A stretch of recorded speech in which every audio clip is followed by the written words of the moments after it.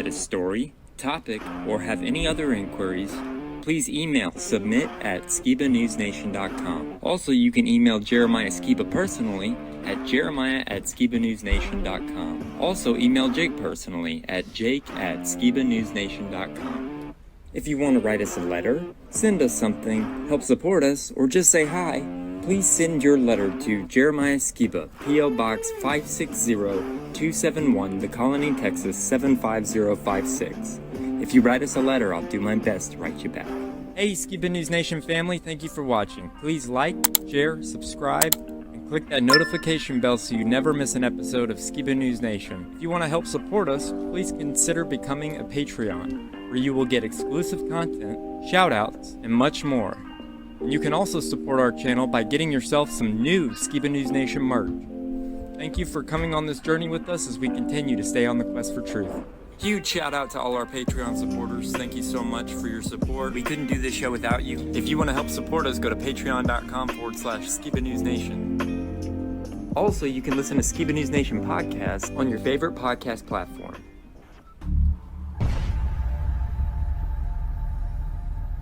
What it costs. I want to know what the truth is. And I hope that people, my son, anybody, if my name comes up, whether you like me, whether you agree with me or not, at least you can respect the fact that he's on a quest for truth. He's on a quest for truth.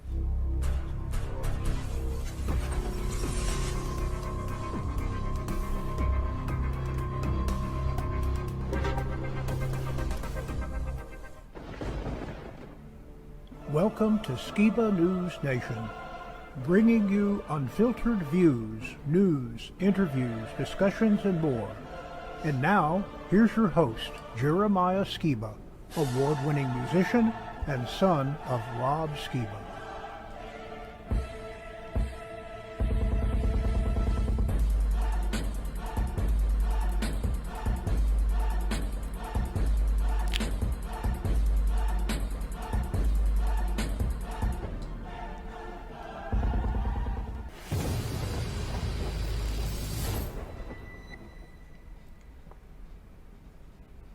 Hey Skiba News Nation family, welcome to episode 56 of Skiba News Nation, your weekly source of the latest news, controversial topics, conspiracies, forgotten history, and so much more. I'm your host, Jeremiah Skiba, and today we're going to be talking about Trump will give the death penalty to human traffickers when re-elected in 2024, Sound of Freedom and microchipping, Fox News matches donations to the Satanic Temple, Disney went full woke-tard, Kamela Harris on reducing the population, Charlie Chaplin predicted today's governmental control. We are now facing the threat of future plandemics. Quantum AI, an all-new OPA'S corner, and for history, we're going to be talking about the history and how deepfakes will change the world, Norm Macdonald trying to expose the Clinton Hitlist, and Bill Cosby but silenced by The View, my visit to the George W. Bush Presidential Library, memes, and much more, so stay tuned. Now, as always, I'd like to introduce my great and insightful co-host, Mr. Jake Grant. Welcome, Jake. How are you doing? Doing pretty great, Jeremiah. How are you doing? I'm doing good, man. I just finished this. You asked me to paint you a flat earth skateboard. Whoa, man, that is awesome. So I That got a is little, sweet. on this side, I got a little inscription. And yeah, so that's what I've been doing in my free time the last week or so. So, Well, very, just be careful. very nice, dude. be careful I'm driving so it. excited. Yeah. I won't be driving it anytime soon. I recently threw my back out worse than I've ever done before, so I need some JJ's CBD rub, if you know what I mean. Oh yeah. But yeah, man. If you know, when I'm not riding it, it'll serve as a great wall piece. I can just put it right next to my computer here and look at your beautiful flat earth painting. It'll be fantastic. I'm so excited, man. That looks super sweet. Well, I'll ship it today. I'll try to get it out to you. All right, man. Well, you got some good news for us today? Good Yeah, company? we got some a lot of stories, some interesting things to discuss, and especially with some of the mainstream topics that are today, and some counter narrative perspectives that you might find interesting. So let's get into it. Sweet.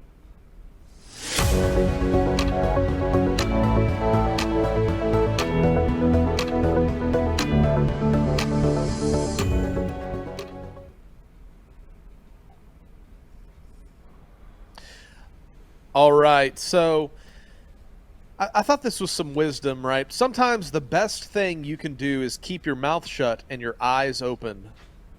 Yep. The truth always comes out in the end. And a lot of times people often can get swept up by many of these topics. And while you can always have alleged opinions, you have to be careful not to plant your flag firmly in any one perspective or another. And so that's something to keep in mind. Now, this is something I wanted to share. If the devil can't make you bad, he will make you busy. No time for prayer, no time for reading scripture, no time for evangelism or church, but you have time for all the other things, right? Well, Yep. The way that evil can be perpetrated in the world is when good men sit idly by and do nothing. And while this is maybe focusing on somebody's spiritual life, we wonder how the atrocities like were exposed in the recent movie Sound of Freedom are able to go on. Well, it's because whenever evil environments allow evil things to happen and good people don't stand up and speak out, evil can be perpetrated.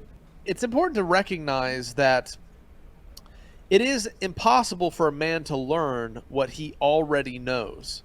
And the reason that this comes to mind is just because sometimes whenever we talk about some of these topics, such as the medical tyranny that's happened over the past few years, the wise are willing to humble themselves and listen to the opinions of others, despite if it disagrees with something that they hold to or not.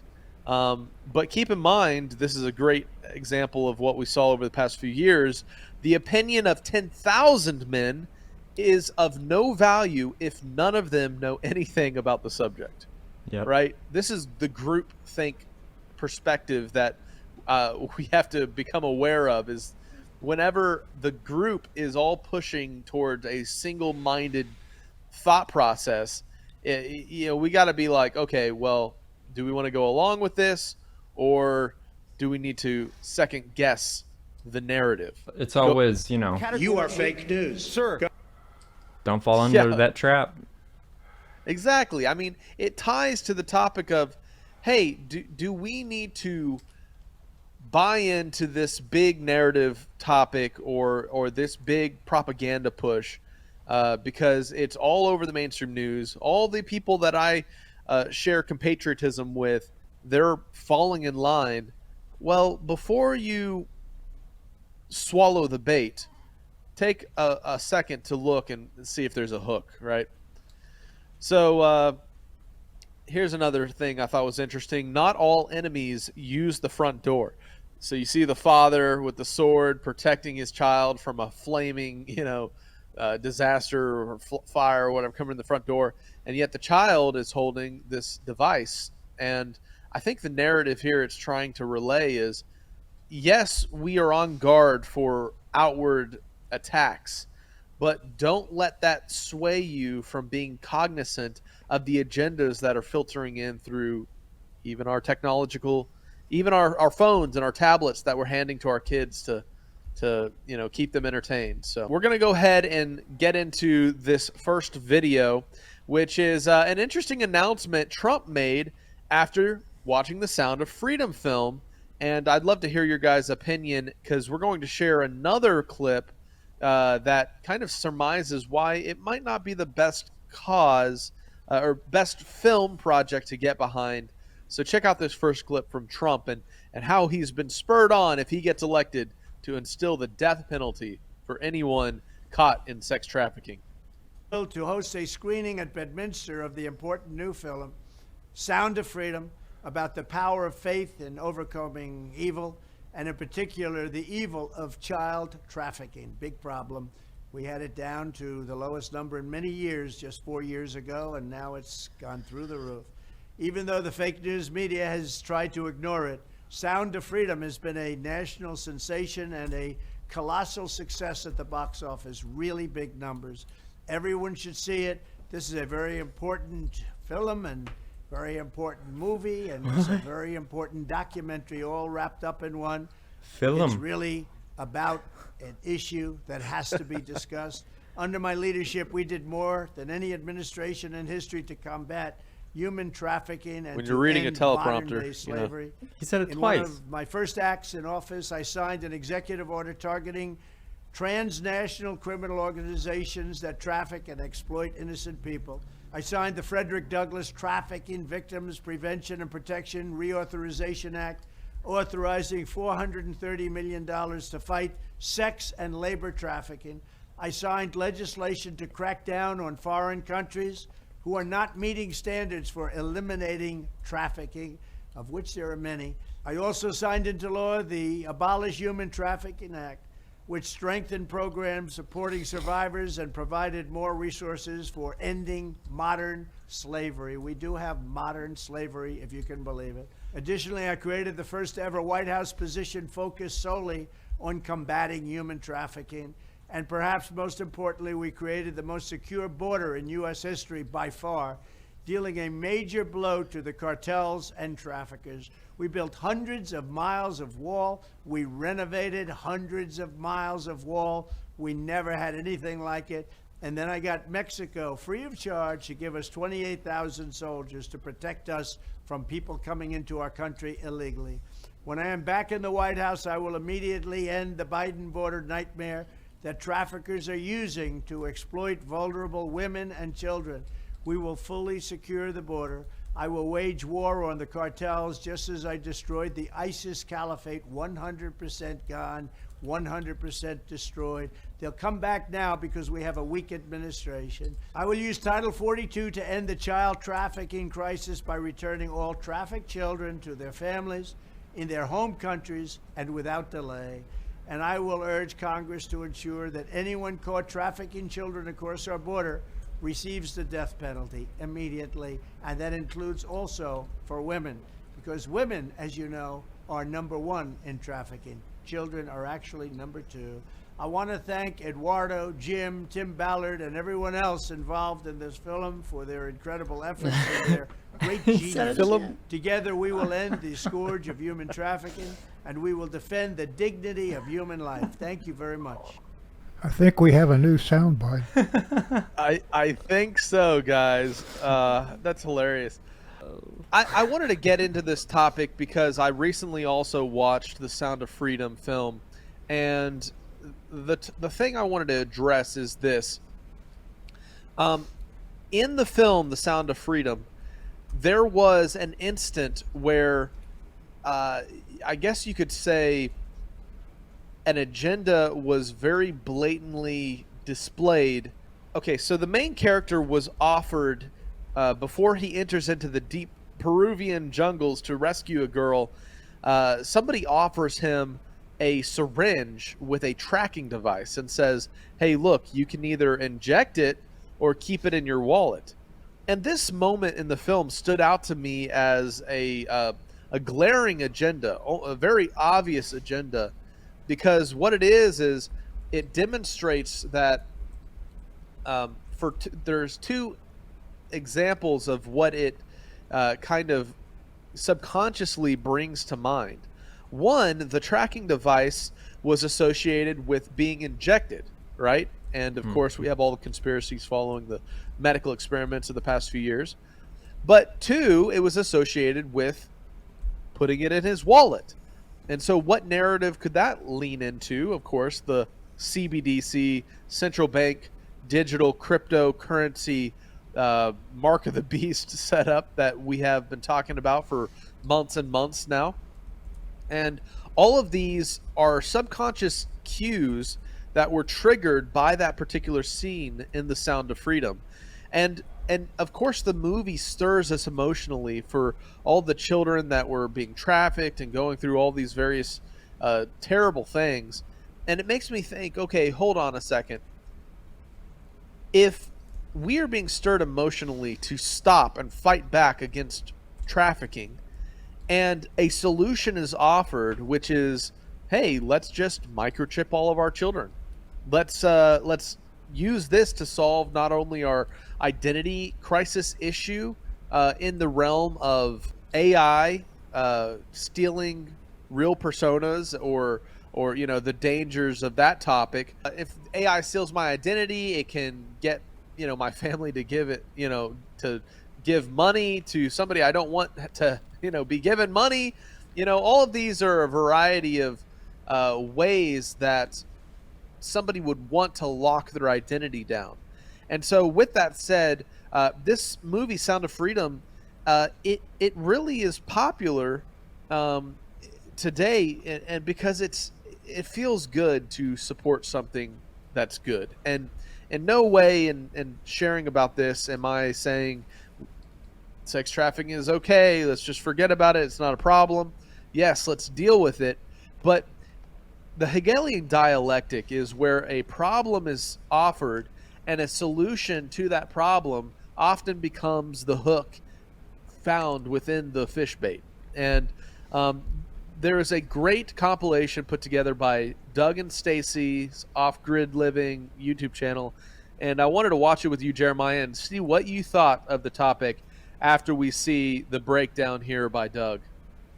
Tonight, Fox 13 News has confirmed there is a criminal investigation into the Utah-based nonprofit Operation Underground Railroad. The organization works to rescue human trafficking victims around the world. If one thing I've learned over the last 3 years is trust but verify.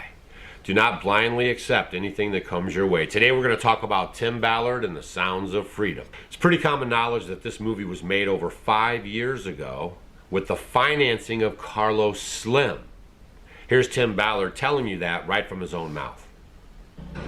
Who's paying for this movie to come about? I think Jim's. Aren't you footing the bill? A great group of people have come together to invest in this production. Some of them, the Carlos Slim family is involved. Really? From Mexico. In the Times is Carlos Slim. Now, Carlos Slim, as you know, comes from Mexico. He's given many millions of dollars to the Clintons and their initiative. So Carlos Slim, largest owner of the paper from Mexico. Reporters at the New York Times, they're not journalists. They're corporate lobbyists for Carlos Slim and for Hillary Clinton. Who's Carlos Slim? Well, some say he's a Mexican drug lord. Some say he's a human trafficker. I'm about to show you a video clip where a woman hysterically outside of a hotel in Mexico is yelling to help get people's attention to tell them that Carlos Slim has people in an underground bunker. And I will let you know that the police took, and she was never heard from again.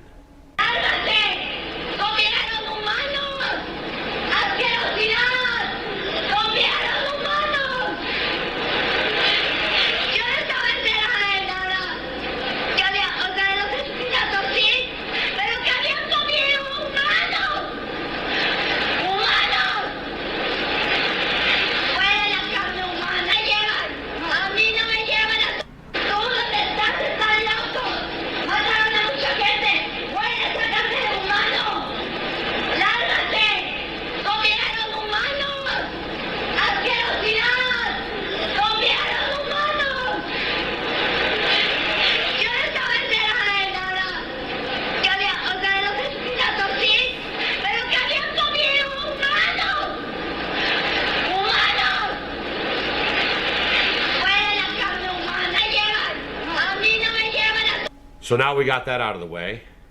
Tim Ballard admits Carlos Slim is the financier of the movie. Carlos Slim is in bed with the Clinton Foundation and the Clintons and with the Gates Foundation. Of course he is. The Clintons, believe it or not, are in on this stuff. During the 5 years, whistleblowers are coming in to Utah and they're telling the prosecuting attorney there, where Tim Ballard's company is, that he's fabricating a lot of his stuff, right? He's like basically lying so he can get more donations, okay? And so the prosecuting attorney is looking into Tim Ballard and his organization, and they're finding out that, he is not, his company and him have not personally went in themselves for a raid. They're piggybacking in with other government agencies and then making it look like the Underground Railroad was in charge of the whole operation. Tonight, Fox 13 News has confirmed there is a criminal investigation into the Utah-based nonprofit Operation Underground Railroad. The organization works to rescue human trafficking victims around the world, including here in Utah. Fox 13 News investigative reporter Adam Herbetz joins us now with what we know so far. Adam.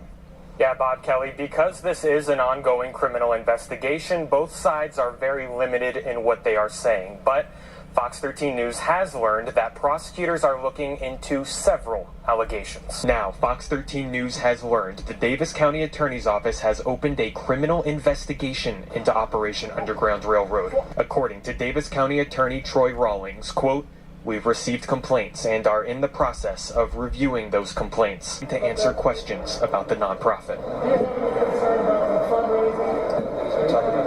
The Davis County Attorney's Office is also saying little about its case, but Fox 13 has learned County Attorney Troy Rawlings posted a series of messages on his personal Instagram account last month. Quote, "Please beware of any individual, entity, or organization who solicits your money and may be claiming credit for work to protect children that is actually done by our task force. They have had absolutely zero involvement in any of these arrests and successful prosecutions you see on display on the wall of shame in the Davis County Attorney's Office." According to public records, the nonprofit's revenue has more than tripled over a span of 4 years. Let's do it, man. We're going to answer the controversial questions right now. Oh, there's some big ones. OUR posted this video online last week, which did not address the investigation. The sooner we answer these questions, the sooner we can all join together. All of our efforts down. Earlier today, we received this brief response from Operation Underground Railroad's legal counsel, Adam Becker, who says he spoke with the Davis County attorney today, who told him there is no investigation. We also reached out to the Attorney General, Sean Reyes. His office says they aren't aware of any investigation, and he wouldn't comment, even if he was aware of one. Bob Kelly? So, Adam, is there an investigation going on then?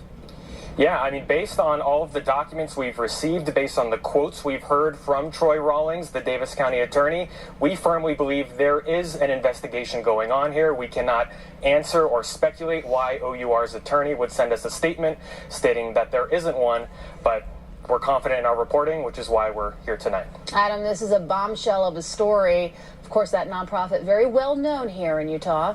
Keep us updated. There's a lot of that stuff going on right now. You don't see what you see. You don't see the chemtrails in the sky. You don't smell burnt plastic when you're out doing your daily activities and your eyes are burning. Nothing to see here. It's just wildfires. Don't worry about that balloon. It's just a weather balloon. Nothing's going on here.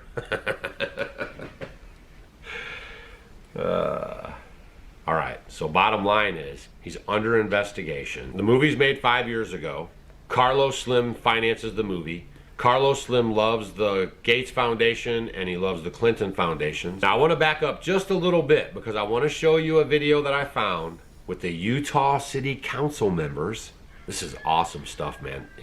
All this information is at the end of your fingertips. Like, all you have to do is spend some time researching and doing your due diligence. This is the information age. To a judge and get a certificate to do that. Maybe a homicide case, perhaps. But again, primarily the use of this software, as I understand it, is strictly children. And that would be the SOP we would utilize for extrapolating this information from a cell phone. Okay, thank you. Councilmember Studley. Whenever I was reading through here, it doesn't say that that's all that it has to be used for. It said that that's what the recommended use is, but they wouldn't pull back their contract or funding or require the city to pay them back if they used it for something else. You said that you guys were approached by this company. I just want to kind of read some information here. So in 2020, Tim Ballard, who founded he came under investigation and is the subject of several investigative series that details his relationship with corrupt foreign government officials, his history of fabricating rescues and statistics, and several reports detailing accusations by law enforcement agencies, both foreign and domestic, accusing Ballard of fabricating and extricating their relationships, including multiple accusations of creating and fostering an environment of child sex trafficking, and evidence detailing OUR was an ongoing criminal enterprise since its founding. The other thing I want to read is that, and this is the organized Underground Railroad. They are centered around Black and Latino children in its fundraising work, but ignored requests from Black activists to change the organization's name. At the same time, Ballard called an Operation Underground painting by Utah artist John McNaught, who also was the early, did a painting of Barack Obama burning the Constitution in 2012. He created a painting for this organization depicting Ballard, his wife, and other white people carrying Black and brown children rescued from trafficking along a literal railroad, with Harriet Tubman standing to the side and referencing along their path. And finally, Anne Gallagher, who the United States Department called the leading global expert on the international law on human trafficking, published an essay critical of OUR's tactics, which is this company that approached you guys.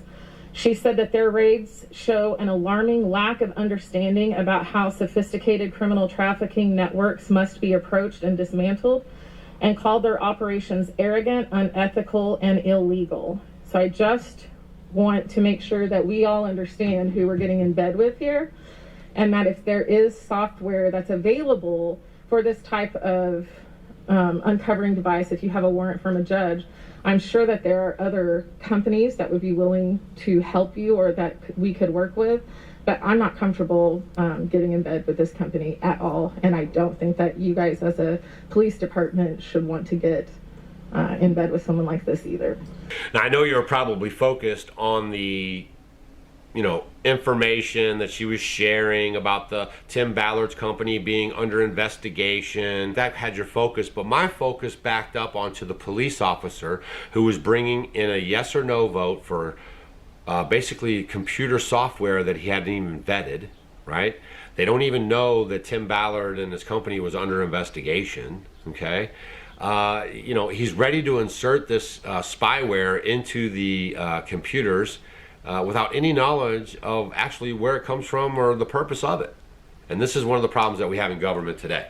Luckily, that city council person and a couple of others spoke up in opposition, slowed the process down, and now they'll be able to make an educated decision. But it was telling to see that she was saying maybe we could just find another company that can provide us the same, information or software. And it was almost like the police officer was against it, like he was on a mission.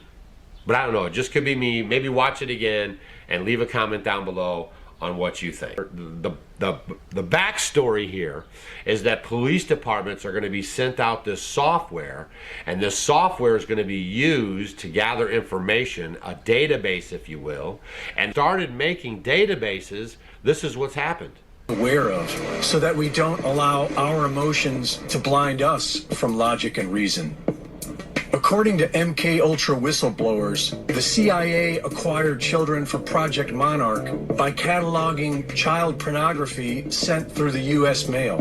And the only thing that's changed since then is that the world has gone digital. The National Center for Missing and Exploited Children, or the NCMEC, went international in 1999. The ICMEC was launched by Hillary Clinton and Tony Blair, with Richard Branson acting as a founding sponsor. In 2009, the Clinton Global Initiative partnered with the Polaris Project, and by 2014, they created a global modern-day slavery database of organizations in 199 countries to monitor human trafficking.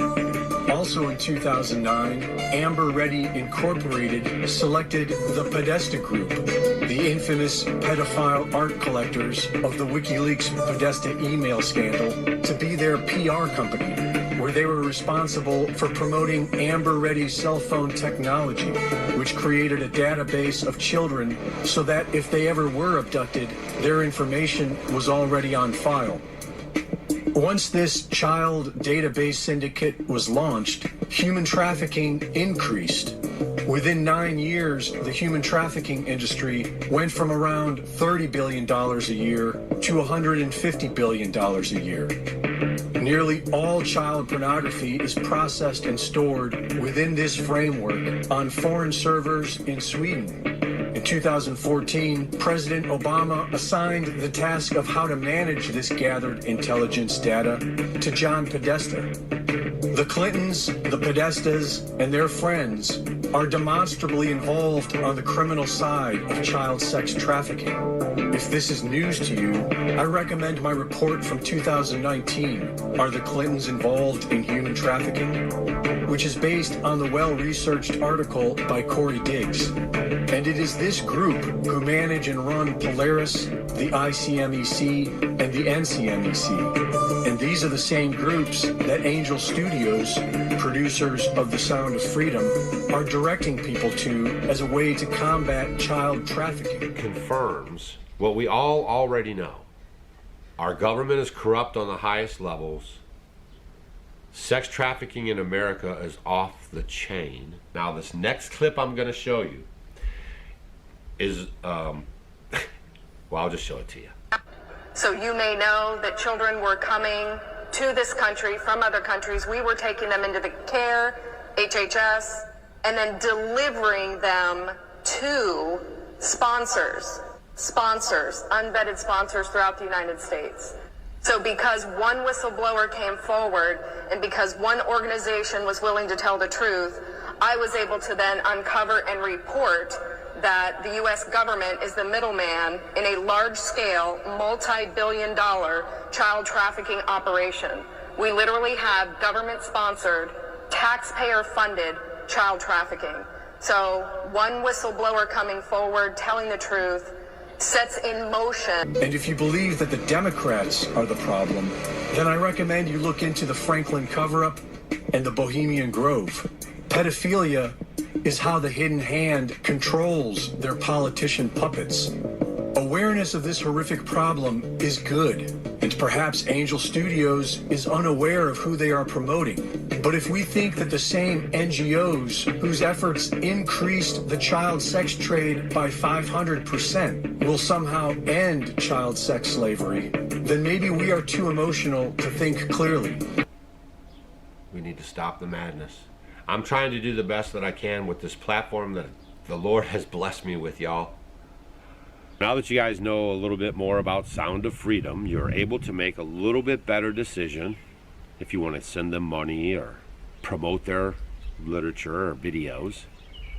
No one is trying to detract from the child trafficking and the abuse of children. That's ridiculous.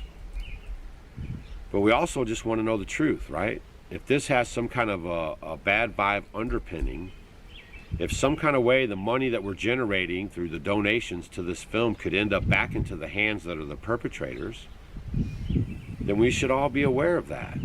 And if they're hiding that information from us, we should all do our due diligence and get the information out into the public for everyone to scrutinize and to look up.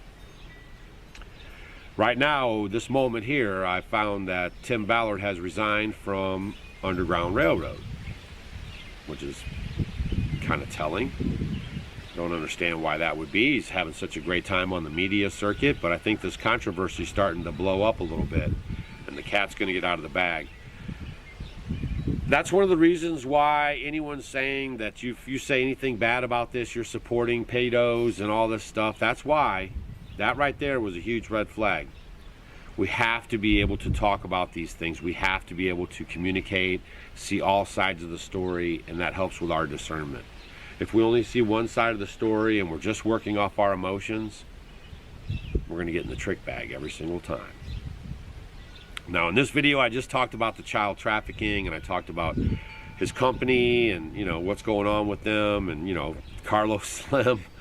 You know, if I was going to run a trafficking show or movie, I would not go to Carlos Slim for any type of funding. So that right there is another red flag that you should think about hard and heavy. But as I was doing this investigating, I also ran across Tim Ballard working with Henry Kissinger in the Afghan coalition, also with Barbara Feinstein and a lot of other people, if you go look it up, that over the last bunch of years they've come out of the closet, so to speak, on their anti-America, anti-rights, anti-thinking for yourself agenda. And I just thought that was pretty interesting. I'll drop a few pictures here of Tom Ballard all dressed up real pretty for his photo op with Henry Kissinger and the gang. All right? What did you think about that, Jeremiah? Kind of exposing some of the companies and the men that are being propped up as these pioneers to stop this terrible, terrible industry, and yet there's more than meets the eye. What do you think? I think it's pretty interesting that he brings up Carlos Slim, because did you know that Larry King Now, when it was on Hulu, it was his Hulu show, was owned and produced by Carlos Slim. And you know how much I love Norm. I'll be playing a clip of him later, but not of this. But he actually made fun of Carlos Slim. So it makes me think that these powerful people that own everything, they own everything. They own even the small companies. I mean, once they start putting their hands in the back pockets of, smaller corporations, smaller, film productions, I mean, they can literally control everything, right? Yeah. Yeah, we're going to have some videos here in a little bit that will demonstrate exactly what you're talking about. And, man, it's just a crazy, crazy world that we live in. And now that we've shared this particular topic, let's look into this next interesting whistleblower that shows how Fox News and some of these mainstream conservative media sources are now are now aiding and abetting and supporting some pretty wicked organizations. Check out this video. Our first story here. Fox News has said they will match employee donations to Satanic Temple, the Trevor Project, Planned Parenthood, and the SPLC. Unbelievable. All the organizations, of course, that we would hope Fox would be against, because they stand for all the things that Fox's audience wants destroyed in the United States. But here we are. Whistleblowers from Fox News have revealed that the company uses an app called Fox Giving to match employee donations to approved organizations, which again include the Satanic Temple, the Trevor Project, which, by the way, for those of you who have been following the show, know has a chat room portal that they advertise to minors that allows for you to speak to an adult about your sexual identity. And if you hit the escape button 3 times, it clears your entire browser history. Cool. Is that the one that Daniel Radcliffe speaks for on a regular basis? That's yeah. Radcliffe. Okay. Yeah, so if that's not bad enough, of course, they're also matching donations to Planned Parenthood and the SPLC. They're willing to match donations up to $1,000. So the whistleblowers took the story to The Blaze, which reports that Fox is going to subsidize some of the very activist groups that despise and seek to ruin the network's viewers, evidencing a complete disregard and hatred for its core audience. We've seen a lot of shenanigans from the people over at Fox lately. Them getting rid of Tucker Carlson was certainly, in my estimation, a blunder on their part. I also think it was bad for the American people. The way I've described this in the past is that CNN tells you what you're supposed to believe, and then Fox exists to tell you what you're allowed to believe. If you're not going to swallow what they're trying to give you over at CNN, Fox offers you this alternative that's still somewhat market safe, it's still somewhat PC, and they tell you this is the outer limit, this is the boundary. Once you've hit this, you can't go further to the right, or else you're a nut job and a conspiracy theorist. Part of the value of Tucker Carlson on that network was that he pushed that Overton window further to the right. They got rid of him. That is one step that Fox News has taken, and what I would argue is a long series of steps to insult their core audience and harm the movement. What do you guys think? My first question is, what did Fox say in response to the Blaze piece? Did they put out a statement? Did they deny it? Did they confirm it? I haven't seen any comments from them yet. And I will say there are a lot of corporations that offer this type of match giving, right? So Yeah. Google did this for a long time, and I know that there were cases of employees opting to donate to conservative causes, and Google said, no, we won't do it. And so for me, I don't personally know the whistleblower at Fox, but I would love to see what organizations Fox is denying. If they're saying yes to the SPLC, if they're saying yes to Planned Parenthood, if they're saying yes to the Satanic Temple, who are they also saying yes to, and who are they saying no to? It's just hard for me to believe that Fox would do that. particularly with an organization like SPLC. I mean, this is an organization that once called Dr. Ben Carson a hate monger. And so I'm a little skeptical. I'd like to see what Fox has said in response, because there are a lot of people that are mad at Fox, and they come forward, they give a story, and next thing you know, people run with it. So I'm skeptical all the time, and I'm skeptical about this too. Yeah, that's fair. I think that's a prudent approach to take, to wonder what their statement is, and I guess we'll see how they respond to this. I've definitely been disturbed by some of what Fox has done in the past year, but I would agree with you, that's probably a safe course of action. And clearly, I'm upset about Tucker Carlson not being there. Yeah, I mean, I announced for president on April 20th, which turned out to be Tucker Carlson's neck to the last show. By the way, I started not to announce on April 20th because that's Hitler's birthday. I'm a little suspicious about that. And we started to put it off for 1 week. I'm happy we didn't, because then we would have been on somebody else's show. We ended up being on the highest rated show in the prime time. So you believe that Fox is essentially, it's the outer limits of what you're allowed to believe publicly without being considered like far right, like I do not so. pass go, do not become OAN. Well, I think that's one way of looking at it. They're sort of, they're conservative. I think they're probably more in line with establishment conservatism, but people see them as safer, I think. So Fox, as compared to, an organization that you mentioned, One America Network, or some of these other networks and online publications, has somewhat of an increased level of credibility in the mainstream, I would say. All right, so that was just, I just wanted to show part of that video just to solidify in our minds how beholden large corporate media, large corporations in general, are to woke agendas, because there's legislation being pushed through by a very vocal minority that is kind of giving monetary incentive for them to go along with supporting these, frankly, toxic agendas. When there's money to be had, or there's a bottom line to be hurt, even supposedly large conservative corporations will bow to the beast. And that, of course, goes into our next video, which is a consequence to how Disney has been pushing gender ideology, and they've lost billions of dollars because of a kickback to their agendas. So check this out. This right here is Disney, the corporation which was once quite literally the emblem of pure Americana.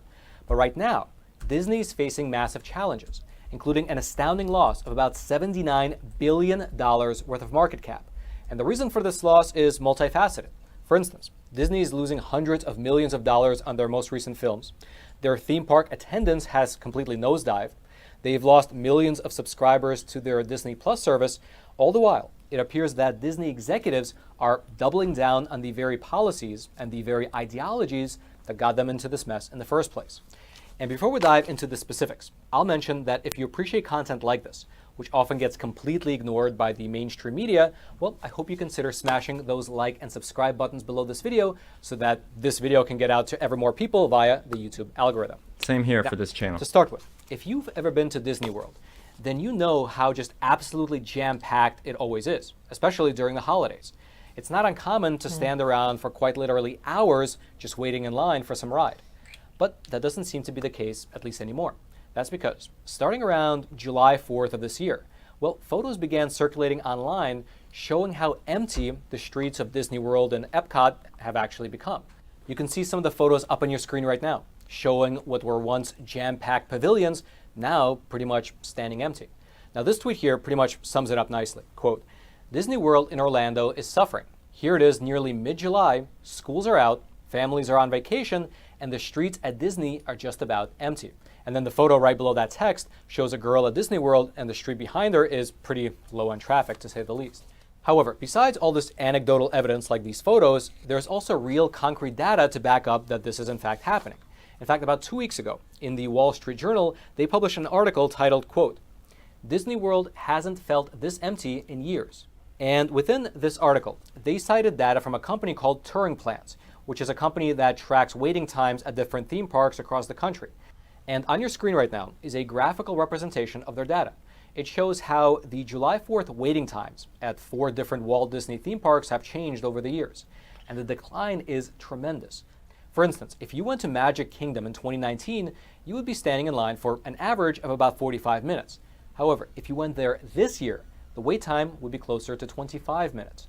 Likewise, the waiting times for Hollywood Studios was cut in half, from about 40 minutes in 2019 to only 20 minutes this year. Judging by these numbers, it would appear that the foot traffic in Disney World has been cut by approximately 50%, which is a drop-off that is so significant that during a recent investor conference, Mr. Bob Iger, who is the current CEO of Disney, he had to address it, and he had to give a reason for why it was happening. However, here's the kicker. When Mr. Bob Iger came out, he pinned the blame exclusively for this massive drop-off in foot traffic on something that he referred to as affordability issues. Here's specifically what he said during the first quarter earnings call with Disney investors. Some of our pricing initiatives were alienating to consumers. I have always believed that accessibility is a core value of the Disney brand. We were not perceived to be as accessible or as affordable to many segments as we probably should have been. And there might actually be some truth to that, because if you look at the price changes of Walt Disney World over time, and you compare it to things like rent, wages, and gasoline, you find a chart that looks something like this, showing that the price of a Disney vacation has increased by a staggering 3,800% over the past 50 years, outpacing all the other things. But if you think about it for a quick second, given the fact that these Disney prices have been increasing over the past 50 years now, does it really make sense that pricing is the only issue for why foot traffic suddenly stopped this year? Because despite the fact that the price has increased and Disney has indeed become more expensive, well, there are many other elephants in the room that the CEO failed to mention, which could be leading to this drop-off in attendance.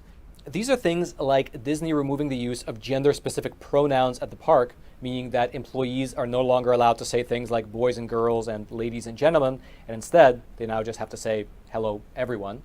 It could be the fact that Disney took a very heavy-handed political stance against Florida's anti-grooming bill. It could be the fact that many parents don't agree with having transgender men dress up as female characters around their kids.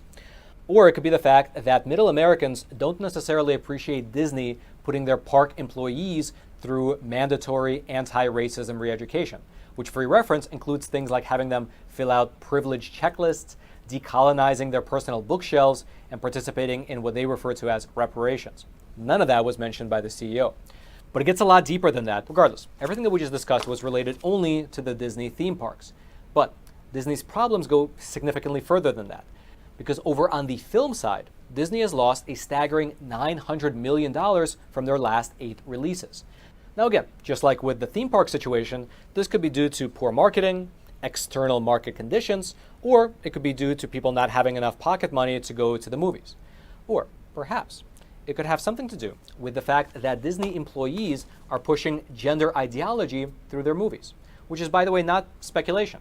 In fact, last year, there was an internal video conference within Disney, which was then leaked to the public, and in that meeting, you had the Disney corporate president, Ms. Carrie Burke, explain how she wants a minimum of 50% of Disney's new characters to be either LGBTQ and or racial minorities. Here's a clip from that video. I'm here as a mother of 2 queer children, actually, one transgender child, and one pansexual child, and also as a leader. We had an open forum last week at 20th where, again, the home of really incredible, groundbreaking LGBTQIA stories over the years, where one of our execs stood up and said, you know, we only have a handful of queer leads in our content. And I went, what? That can't be true. And I realized, oh, it actually is true. We have many, many, many LGBTQIA characters in our stories, and yet we don't have enough leads. And going forward, I certainly will be more so. I know that we will be, and I hope this is a moment where, shoot, the 50% of the tears, sorry, are coming. We just don't allow each other to go backwards. And indeed, it's worth mentioning that that plan was already being implemented when she made that statement, because during the call, a Disney production coordinator, who was also on the call, explained how they've already set up a tracker to make sure that they are creating enough gender nonconforming characters. Take a listen. I've had the privilege of working with the Moon Girl team for the last 2 years, and they've been really open to exploring queer stories. And I'm on the production side, part of the work that I feel like I can put in is making sure that we take place in modern day New York. So making sure that that's like an accurate reflection of New York. So I put together like a tracker of our background characters to make sure that we have like the full breadth of expression. And we got into a very similar conversation, Carrie, of like, oh, all of our like gender nonconforming characters are in the background. And so it's not just a numbers game of how many LGBTQ plus characters you have. And indeed, true to their word, if we look at several of the most recent Disney releases, they include an openly gay character in Strange World, a gay kissing scene in Lightyear, a non-binary character in the movie Elemental, and so on and so forth. And of course, you had the injection of other types of this progressive ideology into the last several films as well.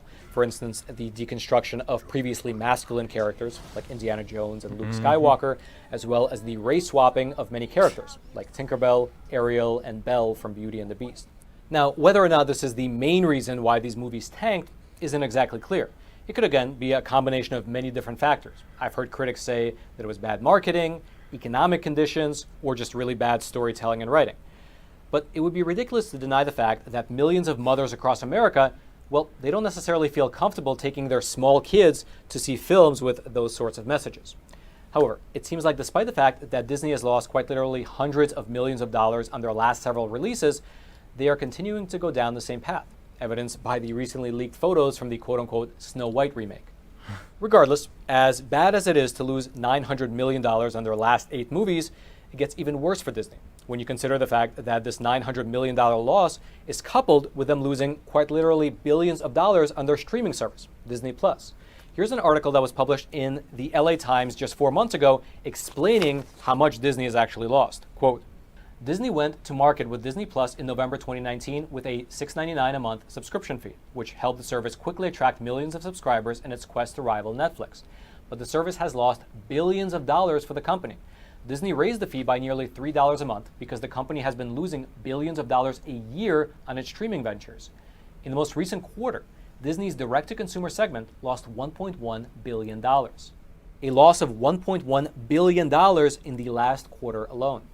You take all of this into consideration, and suddenly it becomes rather clear as to why Disney's stock price has just completely nosedived, and the company has lost about half of their market cap over the last 2 years, which, just for your reference, amounts to a staggering loss of about $79 billion. And of course, because of this massive loss in investor confidence, Disney is now in the midst of laying off quite literally thousands of their employees. And so that is the general situation. It appears that, very similar to what happened with Bud Light and Target, Disney chose to embrace a certain ideology in their products, and the market appears to be reacting accordingly. Everything woke turns to shit, okay? So, what did you think about that, Jeremiah? Well, I think Disney went full woke-tard. That's my new copyrighted term, woke-tard. I mean, they went full woke, and it's heartbreaking because I used to love Disney. It hurts to even say I used to, you know? It was such a big part of my childhood. It's how me and Opa got most of our bonding, you know? Like, it used to be such a great company, and what they turned it into is disgusting. And you know, it just shows that you know, they are the people that they're trying to make happy are like 2% of the population. Their viewer base used to be conservative people, used to be people that wanted to spend time with their family, and now it's not. Now it's, oh well, we gotta have a woke thing, we have to have a lesbian kiss or whatever. But we do have a Disney expert in the studio, Opa, and I would love to hear what he thinks about it. I think they've gone way beyond what they should as far as wokeness, and I really am sad to see what the company has turned itself into. And I was kind of hoping that when Iger got back as CEO that he would change things. And matter of fact, I'm kind of hoping, because Snow White I think is right now in the middle of filming, and I'm hoping he's just going to cut it, shelve it. That'd probably be better. I mean, have you seen the leaked photos of Snow White and the 7 little people? No, I haven't.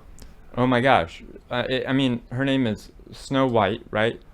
It's I think she's Puerto Rican. Latino. Latinx. Let's be woke here. She's Latinx, and the 7 little people, magical people, that they're not even dwarfs. Wow. It's insane. It makes no sense. That was Disney's big claim to fame. Like that was their first movie, first animated movie, feature film, that or as Trump would say, film. Anybody made back in the 30s, and it was a huge success. And now they're doing a live action, which is stupid. Is, I don't know, if they do a good job on it, I wouldn't mind that. But by changing the storyline, like they have done on a lot of these live actions, it's terrible. And I'll tell you where it all broke my heart is when Disney Plus came out and they put a little disclaimer before Peter Pan. And that just broke it for me. Yeah, I remember seeing that. It's crazy to think how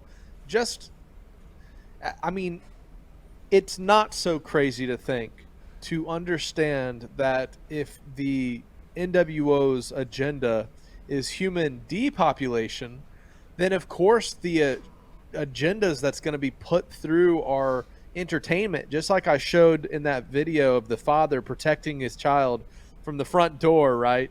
And the child still, looking at their tablet, looking at all this content that's brainwashing them, while the dad's back's turned to that and trying to fight off the fiery flames of whatever.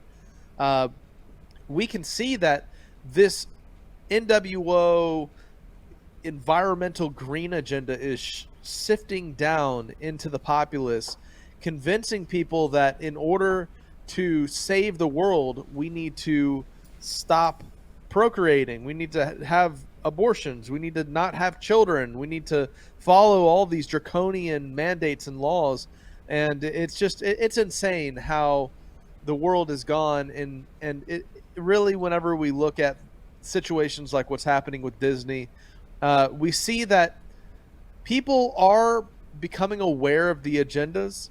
Mm-hmm. However, it's just drawing a more distinct line between good and evil, and I think that's really what we're all starting to realize is that, look, if you're still buying into the woke agendas and ideology and whatnot, then I'm sorry to tell you, but it's not going to go easy in the coming years. Go ahead. I don't see the problem with saying ladies and gentlemen, boys and girls, and they change that to just dreamers of all ages. I don't understand that. I know. I have no idea why they changed that. And another thing that I think I'm seeing as far as people going to the movies, Disney Plus probably messed that up too during the pandemic. Because people would wait until the movie came on to Disney Plus to watch it. They didn't want to go into the darn movie theater. And a lot of these people have long-term Disney Plus subscriptions. I do. I pay by the year.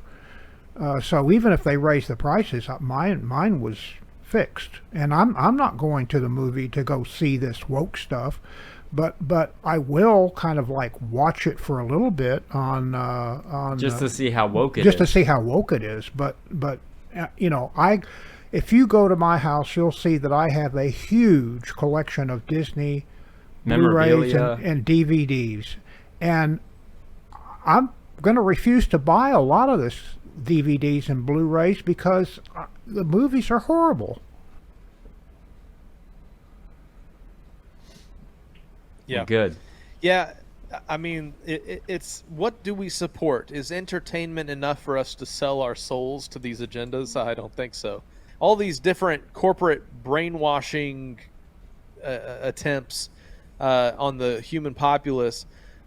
Here is a slip up of our vice president sharing really what they think of us. Check out this next clip. When we invest in clean energy and electric vehicles and reduce population, Wait, what? more of our children can breathe clean air. Yeah, Kamala, clean air sounds real good and all that, but I'm pretty sure that I'm the population. I don't really want to be reduced, because I'm pretty sure that means killed. You said the quiet part out loud. You're not supposed to do that. You're not supposed to publicly tell the people who you're trying to erase that there's a secret plan to erase them. That's just stupid. Let's just stick with oil and gas, okay? We're all really into saving the environment and all that, but not at the cost of reducing the population. Nobody here is trying to die so that the next generation can drive a battery-powered Ferrari. I mean, have you seen the next generation? I met a dude the other day with long purple hair and a 5 o'clock shadow who identifies as a paperclip. Clean air is not gonna help the next generation. They need medicine, and not the medicine y'all been using to reduce the population. I'm sorry, but saving the trees. We need less trees and more people who aren't as dumb as rocks. Have a good one. We need less trees and more people that are not as dumb as rocks. But yeah, man, I mean, you hear these little slips, and it's because they're speaking from a script. And the script is passed out to all these corporations, and even our administration is beholden to the NWO agenda. And this has been warned about all the way back in even Charlie Chaplin's time. Are you familiar with Charlie Chaplin? Oh, yeah. Oh, yes. Well, the renowned, quiet, physically comedic filmmaker, right, had this to say, and was one of the reasons that he was hounded by government interests for some time. Check out this clip. They've been telling us since 1950. I dislike all forms of government. Somebody must rule. And I don't like the word rule. Well, if we don't like the word rule, let's call it leadership. Leadership in government is political power, and political power is an official form of antagonizing the people. What magazine did you say he edits? A commentary on current events. Pardon me. But, my dear young man, politics are necessary. Politics are rules imposed upon the people. In this country, rules are not imposed. They are the wish of all free citizens. Travel around a bit, then you'll see how free they are. Yes, but you didn't let me finish. They have every man in a straitjacket, and without a passport, he can't move a toe. But if you'll allow me to... In a free world, they violate the natural rights of every citizen. But you don't let me fully... They have become the weapons of political despots. Yes, but may And I... if you don't think as they think, you're deprived of your passport. Will you allow me to leave a country is like breaking out of jail. Yes, and to enter a country is like going through the eye of a needle. But Am I free to travel? Of course you're free to travel. Only with a passport. Will you allow me to say something? Only with a passport. Do animals need passports? Have you finished? It's in Congress that in this atomic age of speed, we are shut in and shut out by passports. If you'll shut up and let somebody else talk... And free speech, does that... Wow. We are shut in and shut up by passports. And, of course, we know the next big push is medical identification when you travel abroad. And and a V passport, if you know what I mean. So, isn't that interesting? He was encoding truth all the way back in the 1950s. What do you guys think about it? What about you, Opa? Are you familiar with good old Charlie Chaplin? Oh, yeah. He had a lot of criticism during his time for movies that he made and movies that he participated in, and I think he was way ahead of his time. Yep, he kind of predicted today's governmental control over people, right there. I mean, yeah, it's insane. Well, back on this topic of shutting people up and controlling them, guess what? Here's a heads up that there's now a new office of Pandemic Preparedness and Response Policy. And it's from Dabu 7, and it's something that ties into this whole narrative of control. This is Dabu 7. I want to share with you here some new information that was just posted by the White House officially. As you can see right here on their own site, they launch the Permanent Office of Pandemic Preparedness. and response policy. This is brand new. They just slid it out there on their website. Not a lot of talk about it, but people should know. They are telegraphing the next big event. This all started with Bill Gates and his comments that the next event, he said, would happen within 5 years. He said that in 2020. That put 2025 on our radar. Ever since then, it's been showing up again and again. As you can see here with the SPARS, this scenario, training exercise that they have, it is supposed to be fictional, but it is geared toward the years 2025 to 2028. Then we have Emily Landon hosting this Facing the Threat of Future Pandemics, and they call it COVID 2025. Again, over and over again, 2025 is being telegraphed as a window of something happening. Now the White House has officially put it out there, and I want folks to know. This is what's going down, and that this man that you see right here, he is heading up this whole thing. This is Major General Paul Fredericks. He will lead this newly established office. He is a retired Air Force Major General, and he currently holds the position of Special Assistant to Joe Biden. And he serves as the Senior Director for Global Health Security and Biodefense at the White House, underneath the National Security Council. So they telegraphed 2021 in early speeches. We saw, of course, Bill Gates speaking about, oh, hey, in the next few years, we're going to undergo a global pandemic. And then what happened in 2021? Well, you know it. Little meme interesting here. Bill Gates' company released billions of mosquitoes in Florida and Texas. Malaria now in Florida and Texas for the first time in 20 years. And Bill Gates has a malaria vaccine almost ready. Oh, that's I wonder great. where the next malaria outbreak might be. Wow. So when you put all the puzzle pieces together, the puzzle pieces start to look a little bit like a picture that you can make into what they're trying to pull over your head. Yep. And there's another video I saw. It was posted by Chad Riley on his page, and it's the litmus test of how the government will accomplish this stuff, systematically employing their measures that will allow these things to take place. Check out this next video.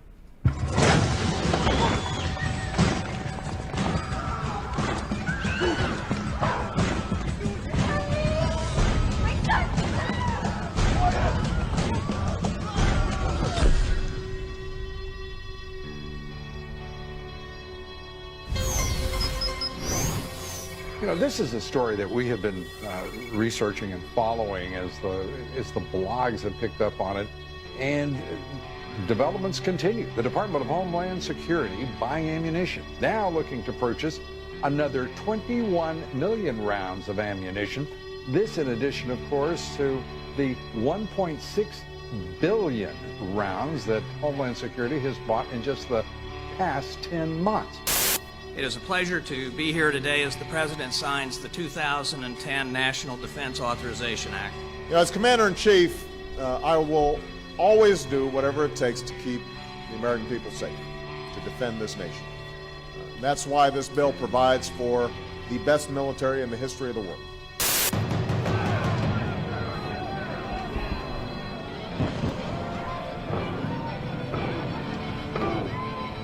Today, I'm pleased to say that we have proved that change is possible.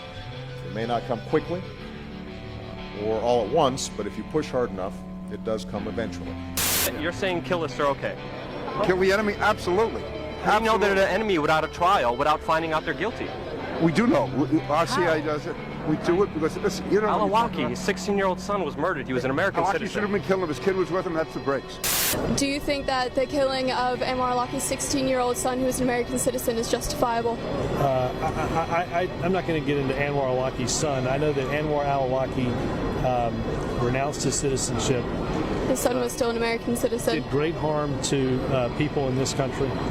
and was a regional Al-Qaeda commander hoping to inflict harm and destruction on people that share his religion and others in this country. And that's an American citizen that's being targeted without due process of law, without trial, and he's underage, he's a minor. I would suggest that you should have a far more responsible father if they're truly concerned about the well-being of their children. We can't help but wonder why the Department of Homeland Security should need more than 20 times as much ammunition as it took to fight the Iraq War. You've made some very interesting connections with some high-level intelligence people, and you were recently contacted by one. Tell us a little bit about that and what this person had to say. Well, this was a bit of a surprise because this wasn't the normal phone call in the wee hours, because they always mess up the time. This was a call from America, and it was a retired senior officer in the U.S. military who was quite upset that something was being done to his people, and he wanted to know if I would help him get the word out. Basically, the military officers were being asked, and he called it a litmus test himself. That isn't my words. A litmus test, a way of finding out, do you fall on one side of the agenda or do you fall on the other side? Are you loyal to the Constitution and the rights, the Bill of Rights, the original intent of the founders and their writings? Are you there? Do you fall in that camp, or do you fall into the camp of loyalty, fealty, abeyance to Mr. Obama? And so that was the question being asked. If in a scenario where you were asked to confiscate guns, and the public, in spite of their Second Amendment rights to hold and have armament, if they were refusing, and you received an order as high up as the president, the commander-in-chief of the armed forces, to take those arms, and they were refusing, if the next order was to fire on American citizens, would you do it? That's the litmus test. Would you do it? And why do you think the question is being posed? It appears they're getting their ducks in a line and preparing for something. What do you think is the point of all this? You mean the body bags and the shells? You mean the preparation for internal war? Yeah, tell us about the fact that the American government is just, the military's purchased, I believe it's 1.7 billion hollow point rounds. Does that tie into this?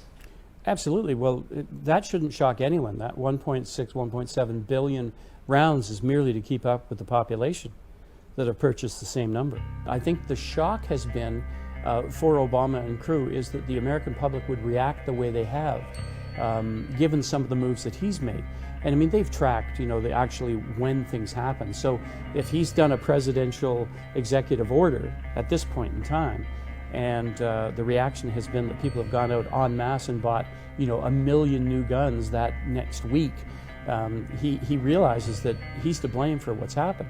What he didn't think was that it would continue, that every time there was a new executive order, every time there was something that caused fear out there about the loss of freedom or liberty on the part of Americans, their reaction was to go buy more guns.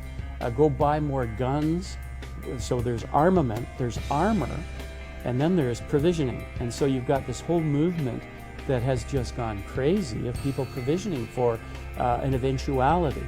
When you see the government buying enough body bags to basically deal with half the population, you got to say, wait a minute, what's this about?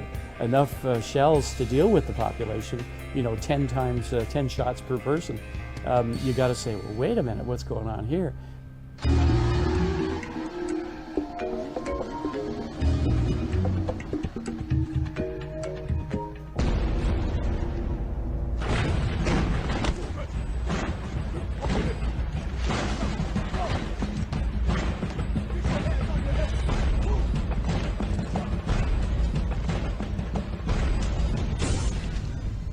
The founding fathers set it up well, knowing full well what had happened with the British moving in, taking over your homes, taking over your beds, and sleeping with your wives. I mean, let's not forget, the extent to which it went. Under law, all of it legal. The litmus test that this gentleman referenced and asked me to share is a very real thing. Will you, in fact, shoot Americans if they won't give you your guns? Yeah, that's the question being asked at the highest level of military, and that question, of course, will be descending in the ranks. And the phone-in shows, we've had 40 American military officers phone in and say that, in fact, yes, the litmus test is taking place. Either we've been directly witness to it and have been asked the question ourselves, or we've heard from others just slightly above us in rank who've said, you won't believe what they're asking. Considering we're so integrated with the American military forces and Canadian authorities are beginning to become more and more integrated with the Americans, how do you think this might affect Canadians should some type of martial law type scenario happen in the States? Well, I think you know that we'll be drawn in by virtue of treaty, by virtue of agreement, and whether it's a nudge, nudge, wink, wink handshake by the good fellas, Mr. Harper and Mr. Obama, there is an implication there for involvement one with the other. You mentioned martial law. Well, there's already an agreement in place that says if martial law is declared in one country, that the other country can be asked to send their troops into that country. How far does this go? Does there need to be an invitation? Or if martial law is declared in one country, are you in fact then able to move into the other country with troops without an invitation? How far does this go? In your opinion, is in their minds are the people who may be of interest to fire upon? Yeah, well, they've identified Christians, they've identified troops coming back as, from the different wars. And of course, I have to say this, they're accurate in that because it has to do with loyalties. Where do the loyalties lie? Christians, the loyalty lies to God. Troops coming back, they actually believe in the Constitution. They believe in the nation as a whole. They don't believe in dictatorship. They fought against that kind of stuff. So they're coming back with a different foci, and they're also a different loyalty base. Yeah, it's a changing of the guard. It's doing away with the old loyalties and bringing in the young kids who don't have those loyalties. They are now being given new loyalties and taught how to bow the knee. Obama was smart to say that returning military could be labeled as terrorists, because of all the people who have the skills, have the organizational ability, and have the inclination to protect the country. Those are the very people who would be the first ones to undo everything that Obama's doing. It's for real. It's so real to my mind that I've heard enough authority, enough people with sufficient authority, including former governors, senators, military people, admiral, general level, those people, they're all preparing. We are in precarious days. Sovereignty means nothing to him. When you see the moves of Obama and you really understand what he's done, he is a criminal in the White House. So if that's the case, how far do criminals go to win? All the way. If you gave in to the mandates over the past few years, then you were culpable, you were participating in the purging. If you bowed down to the man when they purged the military and the medical establishments across the United States and across the world of anybody who would stand up against mandates, then it's exactly what they're talking about. And this is really, it's the agenda of how these things could come about in a country of freedom. And I know he's referring to Obama and some of the things that Obama did, but the way that it would be implemented is still true till today.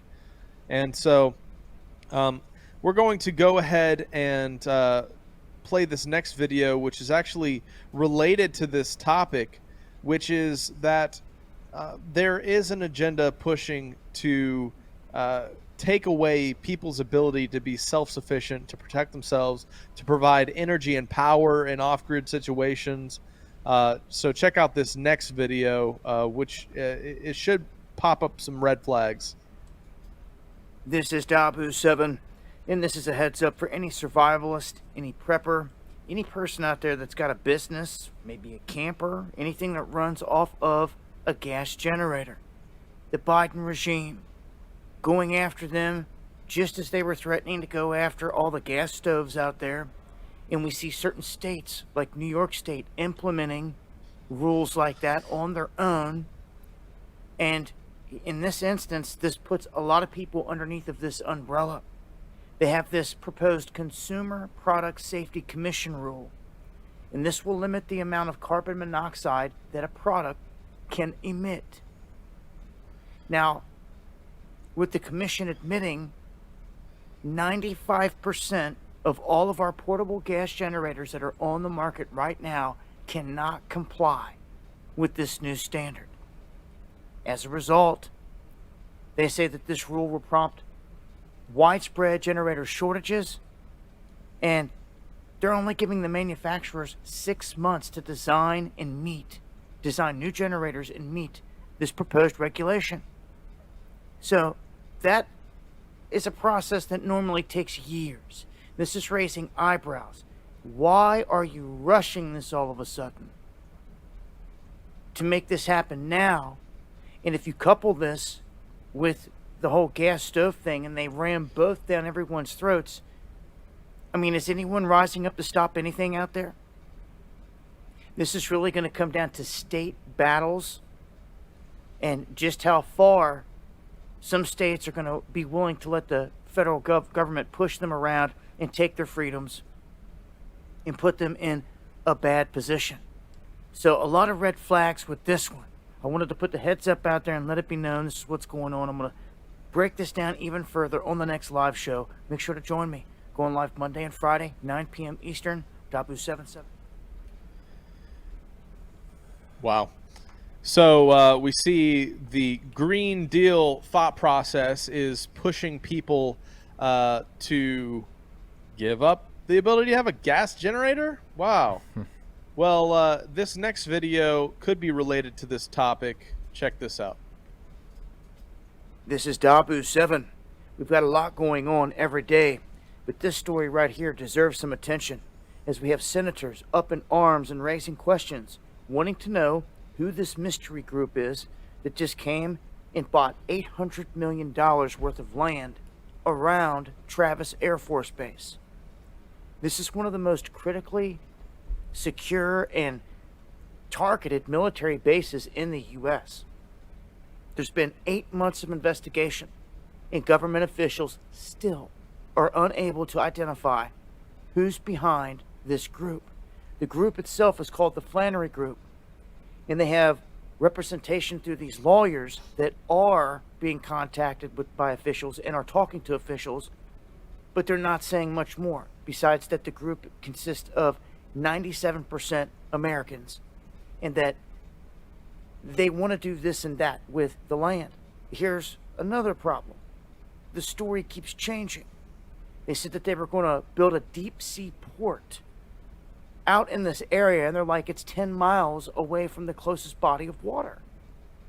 Then they said that they wanted to plant crops in the land around there, and they said, well, this would be some of the most expensive farmland you could ever purchase in America. Why would you do that? More red flags flying. Local farmers are being sued by this group because this group is trying to forcibly come in and buy up everything. So it's caused this fiasco here where some are saying, dude, what is really going on? Is China connected to this? Some of the senators, Rep. John Garamendi, he says that he doesn't know. He doesn't want to speculate down that route without having solid evidence, but it very well could be because they don't know. Another issue with this is the same group has not only bought up all this land right around the military base, on 3 full sides of it completely, but also surrounding the corridor that controls all the power in the area. What is going on here? Who is this group? What is about to go down? They are strategically positioning themselves right here in this country just simply by buying up the land and making moves.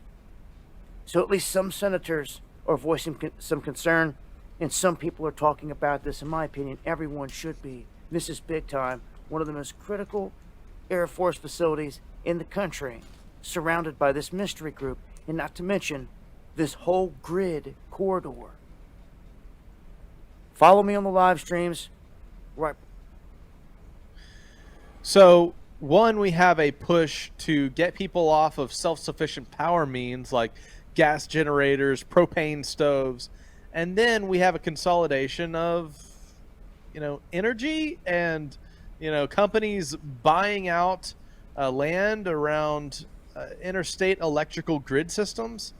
All of this is very interesting and worth paying attention to, I'd say. Yep.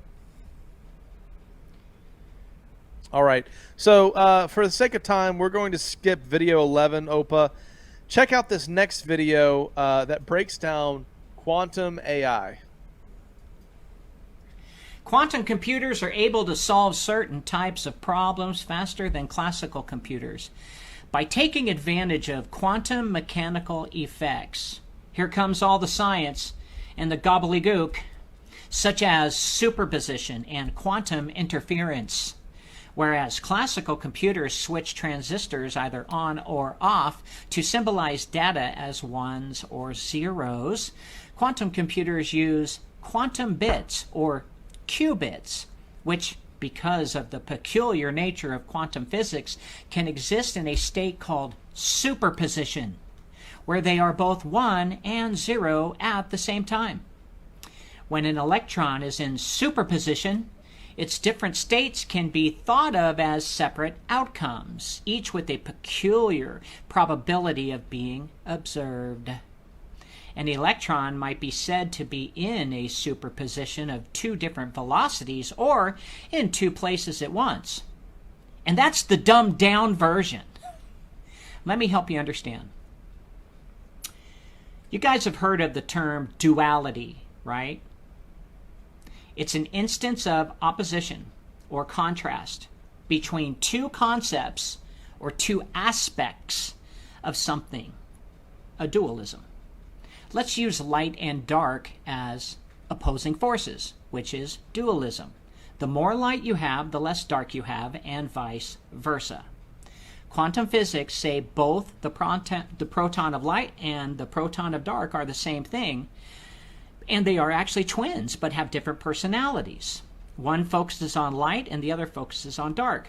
Good, bad. They stay in their nature. Quantum computers can look for information from both worlds of light and dark to find answers quicker. This is what Elon Musk means when he said AI, with AI they are summoning the demon. Yeah, because he knows. Quantum computers simply ask for data from the spiritual world. That's it. It will base its answer from whichever responds faster. Light comes first or the dark comes first. The D-Wave computer needs the core processor to be colder than space to access data from the other side. It cannot operate without the temperature to be at absolute zero, which isolates our world to access the other world. Does that make sense? Without interference, by the way. It has nothing to do with the QPU processor and overheating issues. Because engineers are on the spectrum, which means their pineal gland doesn't produce the God gene, they do not believe they are playing with the dark side or evil, rather just another dimension that needs to be understood scientifically to them. They have no fear of consequences because engineers, not all, but many lack empathy and apathy. This explains the first atomic bomb test. Theoretically, it should have worked. But they tested it anyways, which had huge repercussions on the environment and our space and time continuum, not including the atmosphere. Artificial intelligence combined with quantum computation asks for data from the dark world.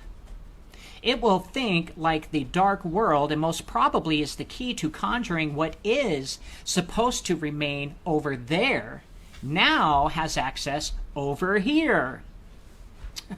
Add a humanoid robot and it isn't a far-fetched to assume an entity from the dark side can now, through machines on their side, walk and talk in our world.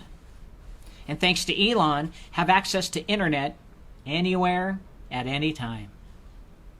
And with enough speed for communication. I mean, Starlink is really fast. Since processing speeds multiplies yearly because of Moore's law, ingenuity, demand, and our industry, it won't be long before robots will have quantum computing and artificial intelligence inside them and walking and talking, being influenced by an unseen world. Think of it like this. It'd be like a demon climbing into a humanoid avatar spacesuit in their world and putting on virtual reality goggles, put on their microphone, and have the ability to walk and talk amongst us. Hollywood has many movies about things like that, don't they? All because the engineers didn't stop and think, what kind of long-term damage could this really cause? Maybe Revelations talks about this, but through the eyes of John the Revelator's vision of a world he had a very hard time describing. Frogs, locusts with stinging tails, and the like could very well be humanoid robots and flying machines or drones that he saw, which had lasers protruding through an arm gun. And since we can create any image we want of humanoids, especially with artificial skin, eyes, and the like, perhaps what comes out may look like frogs or locusts. Maybe the gray aliens and insectoids we hear about are just technology we've advanced ourselves through black budgets and secrecy, and the beings already possess the quantum chips. Maybe our government has been waiting for Starlink to hook them all up and start the alien invasion. What a spectacle of fraud and illusion this would put in where men's hearts would definitely fail them from fear. But there will be people like me who question the existence of such creatures and ask the question of, could this be man-made and fallen angels combined? Since spirits have trouble manifesting to do their will in this dimension, and there's proof of that, what better way to remove God and replace him with the dark world's message? After all, they will bring gifts and technology to man in the name of peace and offer us hope in saving us from ourselves. But in reality, it was just a new age, modern day Trojan horse. Quantum computers, in my opinion, are the tool for the demonic dimension to have open and uninterrupted communication with our planet or our dimension. When in the past you had to cast spells by morphing herbs, crystals, and use sound to open up a channel, man, with the help of the Watchers, have perfected the ham radio of spirits, allowing an army to be released upon itself. 3D printing also has advanced so much to where you can use metals now, and you can produce fully functional machines within minutes. Imagine releasing that havoc upon the earth. It isn't far-fetched again to say we could easily create an army of drones that could or can take over the world if given the order. Since the elite who have owned our future for eons are religious and worship the exact realm we are now computing with, they see their utopia on the horizon. A world with a small population of workers run by them, with the promise from their master they will travel to the stars and be like gods. It's too bad they don't understand their God and what his plans are for them. A prideful and arguably the most powerful fallen angel of all, who would never share his throne with clay. A creature who gave up his fourth in command above all to become like his father in the first place. An angel who has a history of lying, stealing, killing, and destroying the same creatures he begged his father not to create in the first place. The Bible says he loses, but not until he takes as many of you with him, and that is the end game.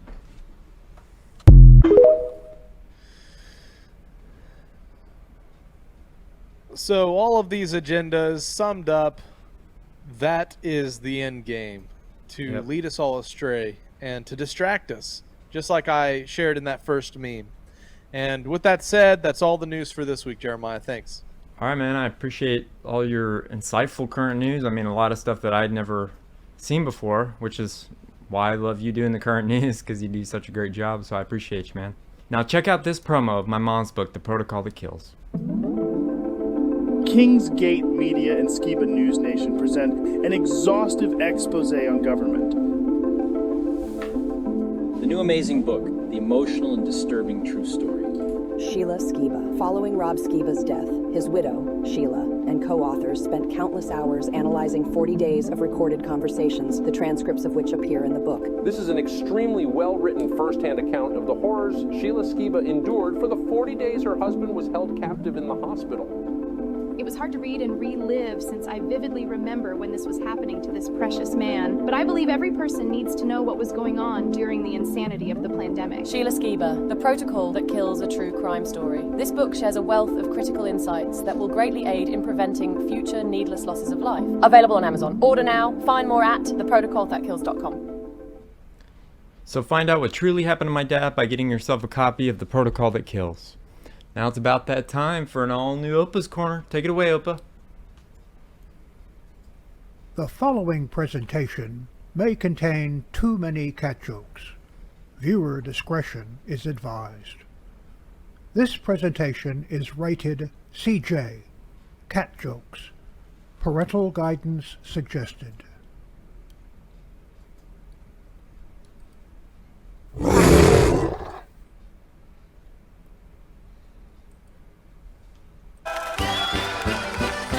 Mein Hut, der hat 3 Ecken. 3 Ecken hat mein Hut. Und hat nicht 3 Ecken, dann ist es nicht mein Hut. Welp, it's time for another OPA'S Corner. So, let's get started. A farmer named Rick had a car accident. In court, the trucking company's lawyer was questioning Rick. Didn't you say to the highway patrol officer after the accident, "I'm fine"? Rick responded, "Well, I'll tell you what happened. I just loaded my favorite mule, Bessie, into the..." "I didn't ask you for details. Just answer the question. Did you not say at the scene of the accident, 'I'm fine'?" "Well, I just got Bessie into the trailer and I was driving down the road." The lawyer interrupted again and said, "Judge, I'm trying to establish the fact that at the scene of the accident, this man told the highway patrol officer that he was just fine. Now, several weeks after the accident, he's trying to sue my client. I believe he's a fraud. Please tell him to simply answer the question." By this time, the judge was fairly interested in Rick's answer and said to the lawyer, "I'd like to hear what he has to say about his favorite mule, Bessie." Rick thanked the judge and proceeded. "Well, as I was saying, I had just loaded Bessie, my favorite mule, into the trailer and was driving down the highway when this huge semi-truck and trailer ran the stop sign and smacked my truck right in the side. I was thrown into one ditch and Bessie was thrown into the other. I was hurting real bad and didn't want to move. However, I could hear old Bessie moaning and groaning. I knew she was in terrible shape just by her groans. When the highway patrol officer came on the scene, he could hear Bessie moaning and groaning, so he went over to her. After he looked at her and saw her near fatal condition, he took out his rifle and he shot her between the eyes. Then the patrol officer came across the road, rifle still in hand, and he looked at me and he said, 'How are you feeling?' Now, what the heck would you say?"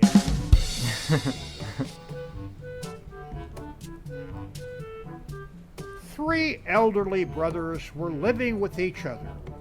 One 96-year-old, one 94, and one 92. One night, the 96-year-old draws a bath, puts his foot in and pauses, and yells down the stairs, Was I getting in or getting out of the bath? The 94-year-old yells back, I don't know. I'll come up and see. He starts up the stairs and pauses. Then he yells, was I going up the stairs or coming down?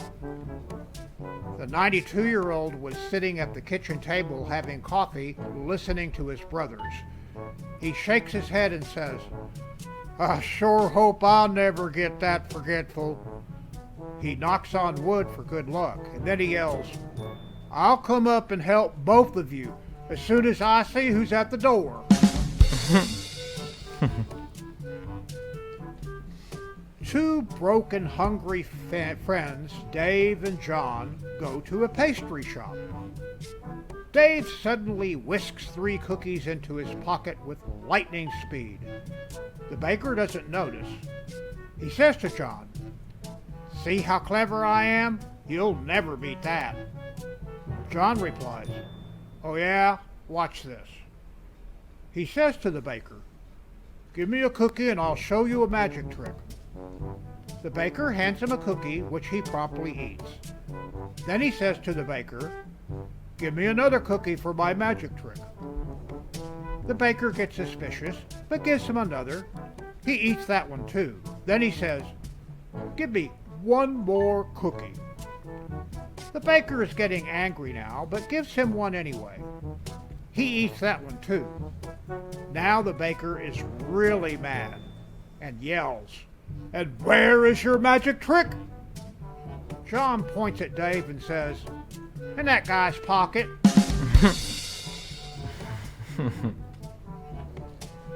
An Uber passenger tapped the driver on the shoulder to ask him a question. The driver screamed, lost control of the car, nearly hit a bus, went up on the footpath, and stopped inches from a shop window.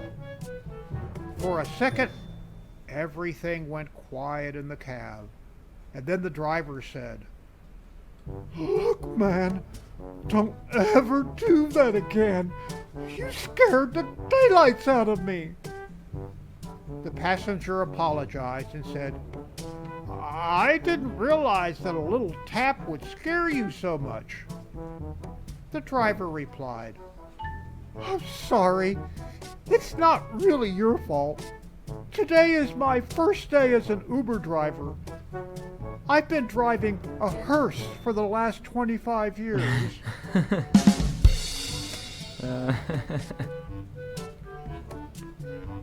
John lives his life by statistics and is afraid to fly. One day his friend Bill asks him, why do you have this irrational fear of flying? Irrational? Not at all. I merely calculated the odds of a bomb being placed on a plane, and it's much too high for my comfort. A few days later, Bill boarded a flight only to find John sitting in the seat next to him. What happened? Had the odds changed? No, the odds of a bomb being on a plane haven't changed, but I calculated the odds of 2 bombs being on a plane, and I found that those odds are much more acceptable. So now, I just bring my own.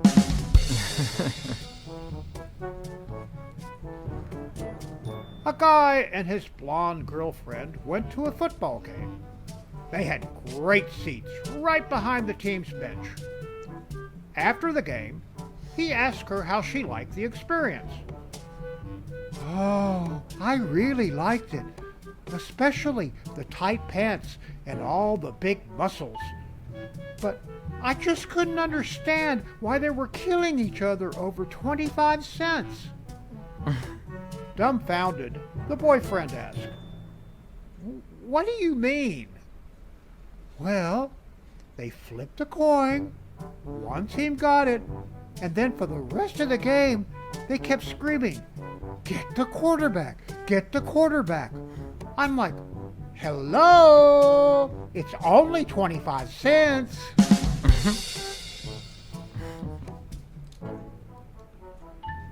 A man's wife was turning 32 the next week.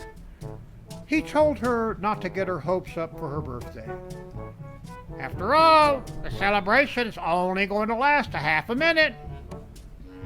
What are you talking about? It's your 32nd birthday. And now for the funnies.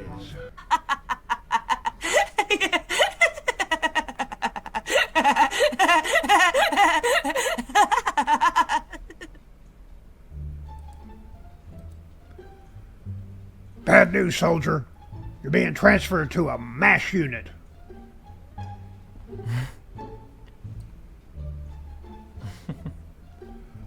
Dude, best tattoo ever.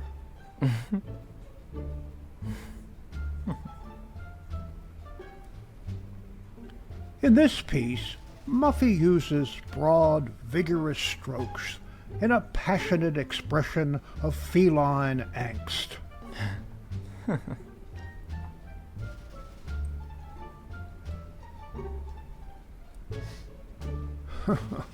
You ever wonder what pets are thinking? Ball, ball, ball, ball, ball. Tonight it all goes down. I will take them in their sleep. Oh, yes. Unless I sleep through it all again.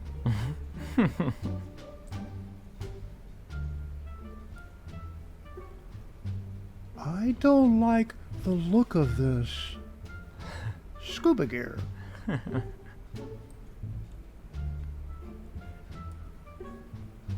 Police sketch artist. Me.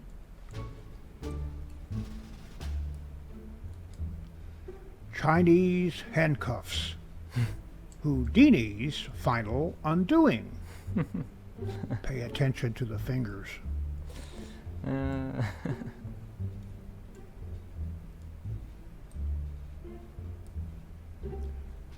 Where do you put the quarter?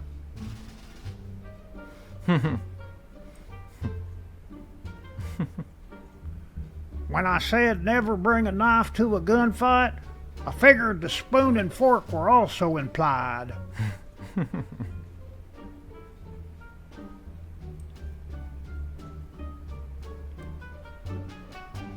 Dog endorsements. Like a lot of dogs, I often have problems finding thrown objects in high grass. That's why I use the new Acme Stick Be Found.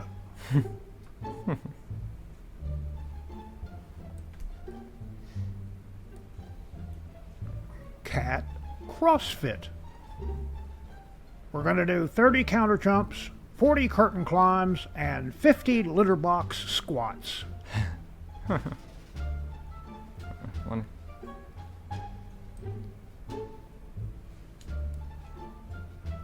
Metrobank.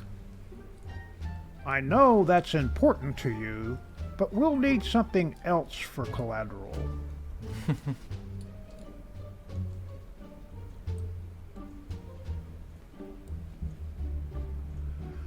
Rest assured, sir, this plane is perfectly safe. The airline only uses duct tape of the highest quality.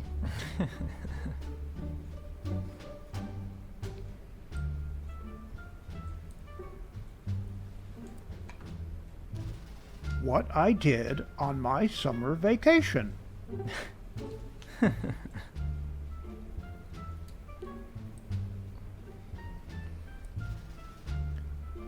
First, the bad news. Someone stole your catalytic converter. That's messed up.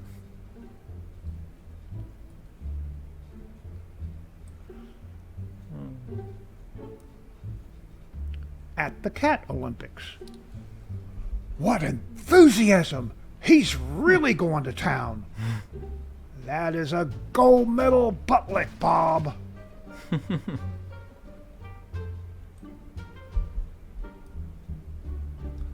I told you the tattoos would pay off. Best Buy 1017. Best Buy 910.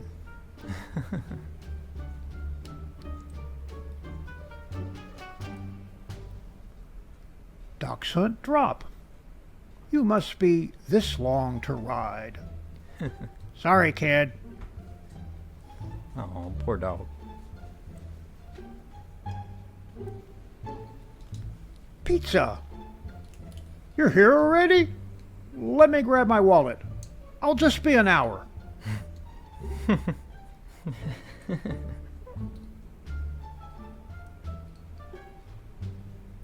When you said the cat was hacking down here, I assumed you meant a hairball.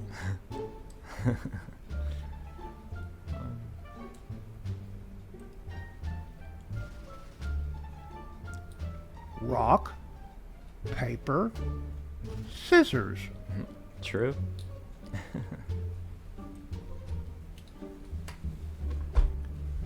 That evening, with her blinds pulled, Mary had 3 helpings of corn, 2 baked potatoes, extra bread, and a little lamb.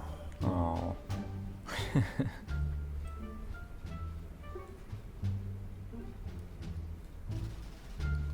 Quarter collie.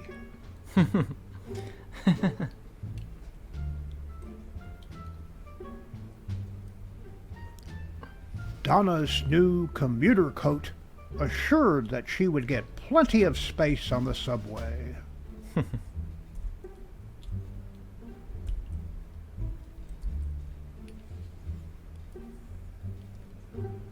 Two women. Oh, you got a haircut. That's so cute. Do you think so? I wasn't too sure. When she gave me the mirror, it's not too fluffy.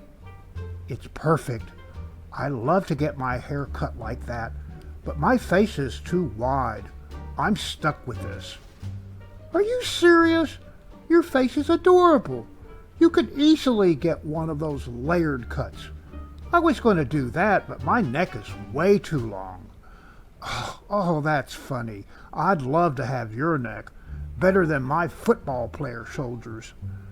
I would love to have your shoulders. Everything drapes so well on you. Look at my short arms. If I had your shoulders, I could get clothes to fit me better. Two men. Haircut? Yeah.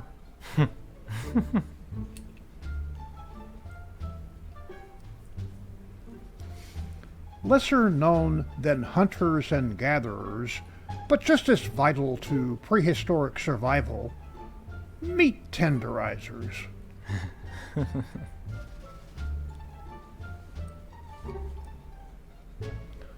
Our band is called Paper. We'll be covering some rock for you this evening.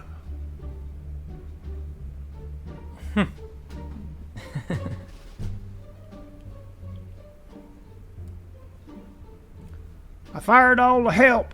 The farm's fully automated now. Old Macdonald had a farm. A-I-A-I-O. Uh-oh.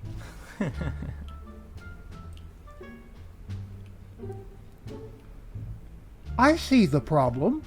Your guitar is out of tuna.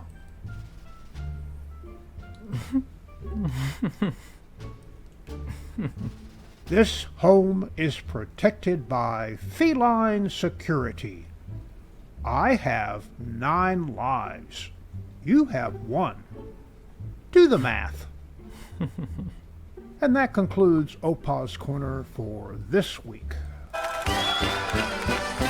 Mein Hut, der hat 3 Ecken. 3 Ecken hat mein Hut.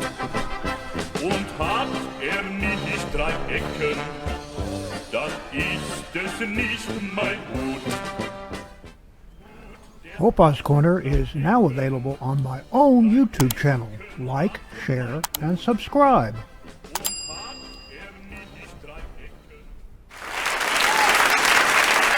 Right on cue, guys. Thank you. Thank you. Thank you. That's enough. Calm down. Thank you. Thank you. A very well-deserved round of applause, I must add. Thank you, Opa, for another great Opa's Corner, and if you haven't already, subscribe to his YouTube channel. So now it's time for a word from our friend JJ. Are you tired of living in constant pain? Do you feel like you've tried every CBD product on the market with no relief? Look no further than JJ's Natural CBD Rub.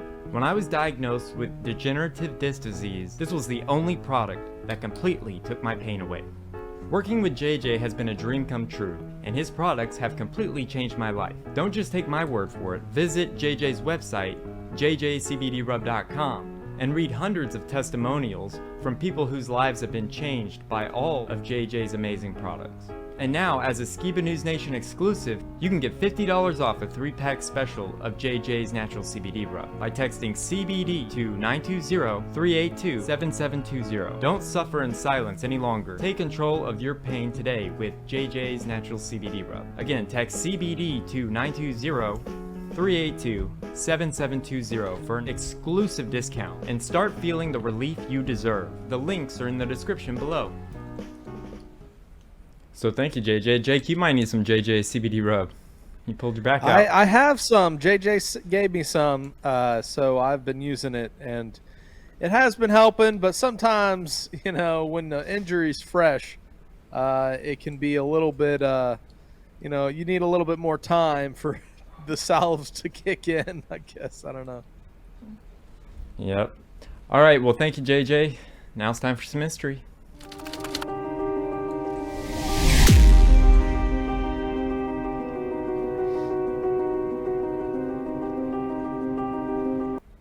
So today for history, we're going to be talking about deepfakes.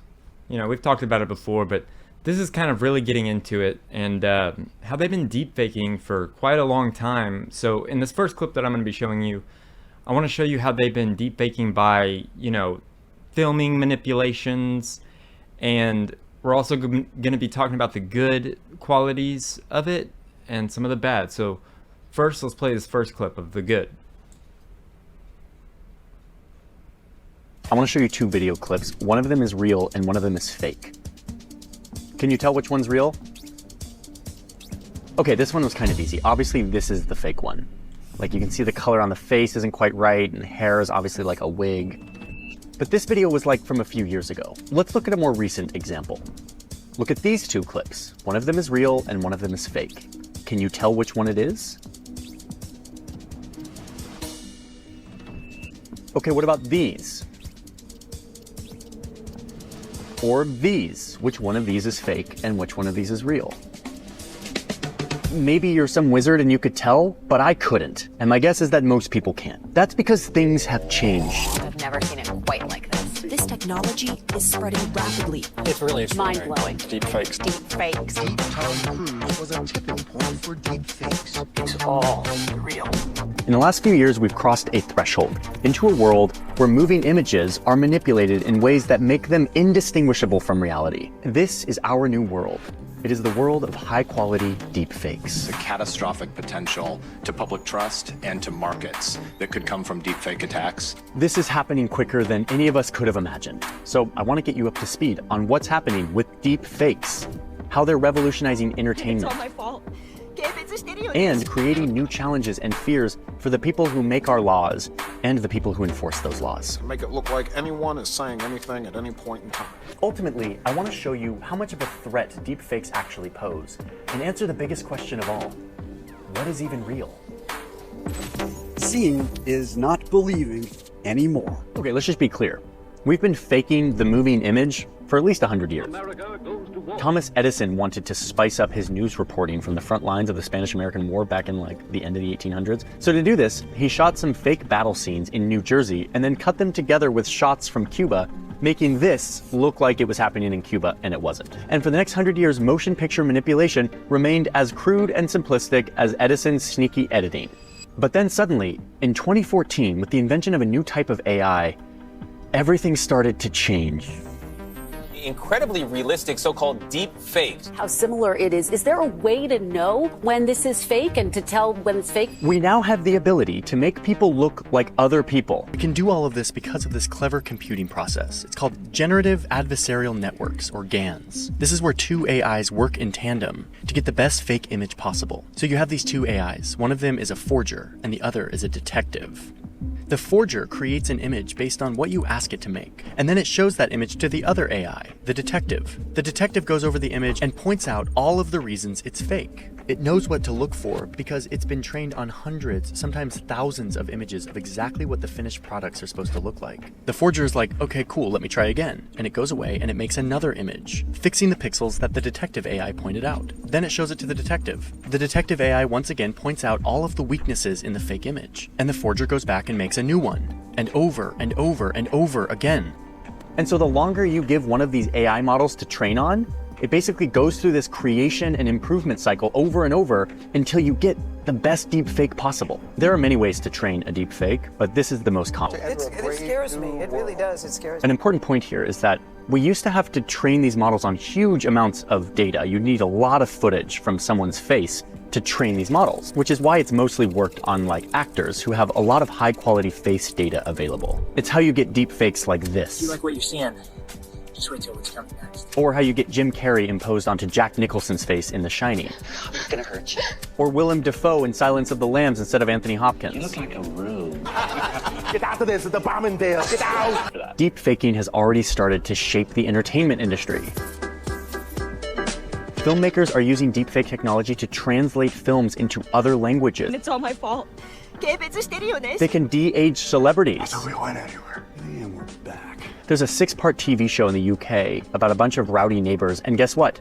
All of these characters are all deep-faked celebrities. Did move some of Kim's things. I'm sorry about that. It's getting to the point where deepfakes are nearly impossible to decipher as computer-generated, which is super exciting, but also kind of scary. So hey, I showed me and Jake there because I thought that was funny. So those are kind of the good qualities. I mean, before the strike with the actors and the AI stuff, you know, it was being used for good. But now in this next clip, I'm going to be showing you guys the bad and how deepfakes can actually be used against us in the public eye, the legal system, and like I said in the past, it's going to be more powerful than DNA evidence because they can literally put you anywhere. They can frame you for crimes. They can do anything they want to do. So check out this next clip. The FBI tells NBC News they're following the rapidly developing technology closely. I believe that this is the next wave of attacks against America. It's a real concern. It's a real concern. And this is where we talk about the doom and gloom part. And for that, yes, I have a lot of paper. Lawmakers and law enforcement are getting worried about this technology. Here's a letter from Congress to the Director of National Intelligence, raising the alarm that hyper-realistic digital forgeries, popularly referred to as deepfakes, use sophisticated machine learning techniques to produce convincing depictions of individuals doing or saying things that they never did. By blurring the line between fact and fiction, deepfake technology could undermine public trust in recorded images and video as objective depictions of reality. Oh, and by the way, this letter was back in 2018, basically the Stone Age for AI image generation. More recently, I saw a Democratic senator giving his opening remarks to his colleagues in Congress via a deep-faked voice that sounded perfectly like him. We have seen what happens when technology outpaces regulation. But it's not just American lawmakers. Europol, which is the European International Police Agency, says that experts estimate that as much as 90% of online content may be synthetically generated by 2026. 90%. Meaning AI will be making most of the stuff that we watch on the internet. Their big fear in all of this is that deepfakes will, quote, lead to a situation where citizens no longer have a shared reality, causing what they call an information apocalypse. DHS says that deepfakes and the misuse of synthetic content pose a clear, present, and evolving threat to the public across national security, law enforcement, financial, and societal domains. The Pentagon is using its big research wing, the one that helped invent, I don't know, the GPS, the literal internet, to look into deepfakes and how to combat them. They're taking this very seriously. I think there's bubblegum inside there. Well, to get a taste, look no further than Ukraine. The Russian president says a military operation is now underway in eastern Ukraine. Column of Russian armor crossing into Ukrainian territory from the north. Спочатку я вирішив повернути Донбас. This is not Ukrainian President Volodymyr Zelensky. This is a deep-faked video that appeared on a Russian-language Ukrainian news site just 4 weeks after Russia invaded Ukraine. Russian troops were trying to take over Kiev, which would have meant a massive victory for Putin. Information on the ground was scant and foggy, and this video pops up of Vladimir Zelensky urging his troops to surrender to Russian forces. This is kind of a crappy version of a deepfake. I mean, misshapen head, weird accent and voice. But guess what? It doesn't matter. Because what this video did do is it made people question every other video coming out of Ukraine. And this is what Congress meant when they were freaking out in 2018 about the idea of deepfakes blurring the line between fact and fiction, undermining trust in recorded images and videos as objective depictions of reality. As deepfake technology gets better, yes, it allows people to create compelling fake evidence, and that is worrisome, but it also allows people to dismiss real evidence, real footage, as, oh, that's just a deep fake. We can do that now. We can't trust anything. It's not just what they could create, it's the doubt that is cast on authentic video and audio. Think about the legal system. Deepfakes are becoming a nightmare for evidence in court. In 2020, there was a child custody case where the mother presented as evidence audio recording of the child's father saying violent things over the phone. It was submitted as legit evidence, as proof to be like, this dad is unfit to have the kid. But after some digital forensics, it became clear that the mother had used an online tutorial and some cheap software to doctor the audio file. Judges and juries are not ready for this. Most wouldn't think to question evidence like this that sounds like a smoking gun, and yet was totally fake. This sort of technology is getting so accessible and easy to use. In fact, this VO is actually fake. Skiba News Nation is not your typical news program. With a commitment to uncovering the truth and presenting it in a thought-provoking and entertaining way, this weekly YouTube broadcast provides a fresh perspective on current events and controversial issues. Led by host Jeremiah Skiba and co-host Jake Grant, Skiba News Nation is dedicated to digging deeper into the most pressing issues of our time. Skiba and Grant don't shy away from the tough topics. They provide an engaging segment that is perfect for the entire family called OPA'S Corner. Hosted by Opa, the talented producer, and Jeremiah's grandfather, this segment adds a lighthearted touch to the show, delving into fun and delightful stories that are perfect for everyone to enjoy. Now imagine that you're on a jury and you're presiding over a criminal case. And even though there may not be any manipulated evidence in front of you, there's now a nagging voice in the back of your mind that's like, remember that time he tricked me in that YouTube video? And he made his face change, and now he looks like someone else, and it wasn't really him, and it was really convincing? Who's to say all of this visual evidence that I'm seeing in court isn't also fake? Visual evidence is no longer rock solid. Surveillance footage, body cam footage, heck, even audio taken in a bus from a presidential candidate. Now it can all be called into question. And then, of course, deepfakes are being used for cybercrime. Elon Musk was recently faked to help shill a new crypto scam. Deepfakes.net, a site that will help ordinary people to gain financial independence. And yeah, this one's obviously fake and poorly done. My point is they're getting better. And some scams are already way more persuasive. Hey man, this is Jeremiah. I need your help. I've been kidnapped by globe earthers. Like this group of fraudsters who were able to clone the voice of a major bank director and then use it to steal $35 million in cold hard cash. But in reality, the risk of eroding trust in the public or weakening our legal system or giving cyber criminals a new weapon, all of these are actually the rarest uses of deep fakes. The main victims of this new technology, at least at the moment, are women. These sexually suggestive ads are popping up online. Sexual misuse of these deepfakes. She's been deepfaked. That's not me. 96% of deepfake production is used to produce porn, almost all of which are using women who have not consented to this. Telegram got in trouble because it was found that they had private groups on their service that were using deepfake technology to remove the clothes of more than 100,000 women. It used to just be the faces of celebrities, but no longer. The tech has developed such that an ordinary person with a few images on social media could suddenly have their faces deep-faked onto the body of a porn star. Martin has found dozens of doctored images and videos of herself. She has no idea who's responsible for them. Okay, but what's being done about this? Let's first remember that when a new technology comes along, it typically evolves rapidly, way faster than the lawmakers who need to understand it to regulate it do. So, we're in the kind of Wild West phase, where the lawmakers are kind of just trying to get their head around this stuff. Let's hope that Congress can catch up. China is actually the first country to have regulated what they call deep synthesis technologies by requiring all deep fake content to be clearly marked as having been modified. In an ambitious bill called the AI Act. Like China, the EU is trying to make it so that you have to label deep fakes. But of course, in a Western democracy, you have to put this line, unless necessary for the exercise of a fundamental right or freedom, or for reasons of public interest. The UK is also trying to figure this out. They are targeting the porn situation. Doing deepfake porn without consent comes with a penalty of prison. Will the government take urgent action and repair this mess? So deepfakes are here, and they're seemingly here to stay. We are entering a new chapter of how humans consume and relate to information. So I would say some pretty scary stuff. What are your thoughts, Jake? Yeah, I just hope my deep fake porn star is not floating around out there. Me too. I mean, that would not How be good. creepy. Yeah. How creepy. And I know it's probably a more of a problem for women and you know, celebrities and people that are being used, or who are public online, and then somebody makes a deep fake of them and then could defame them. But just overall, it just shows the depravity of the human mind, and we're to the point where people are doing stuff like that. And I just think it, you know, it's interesting that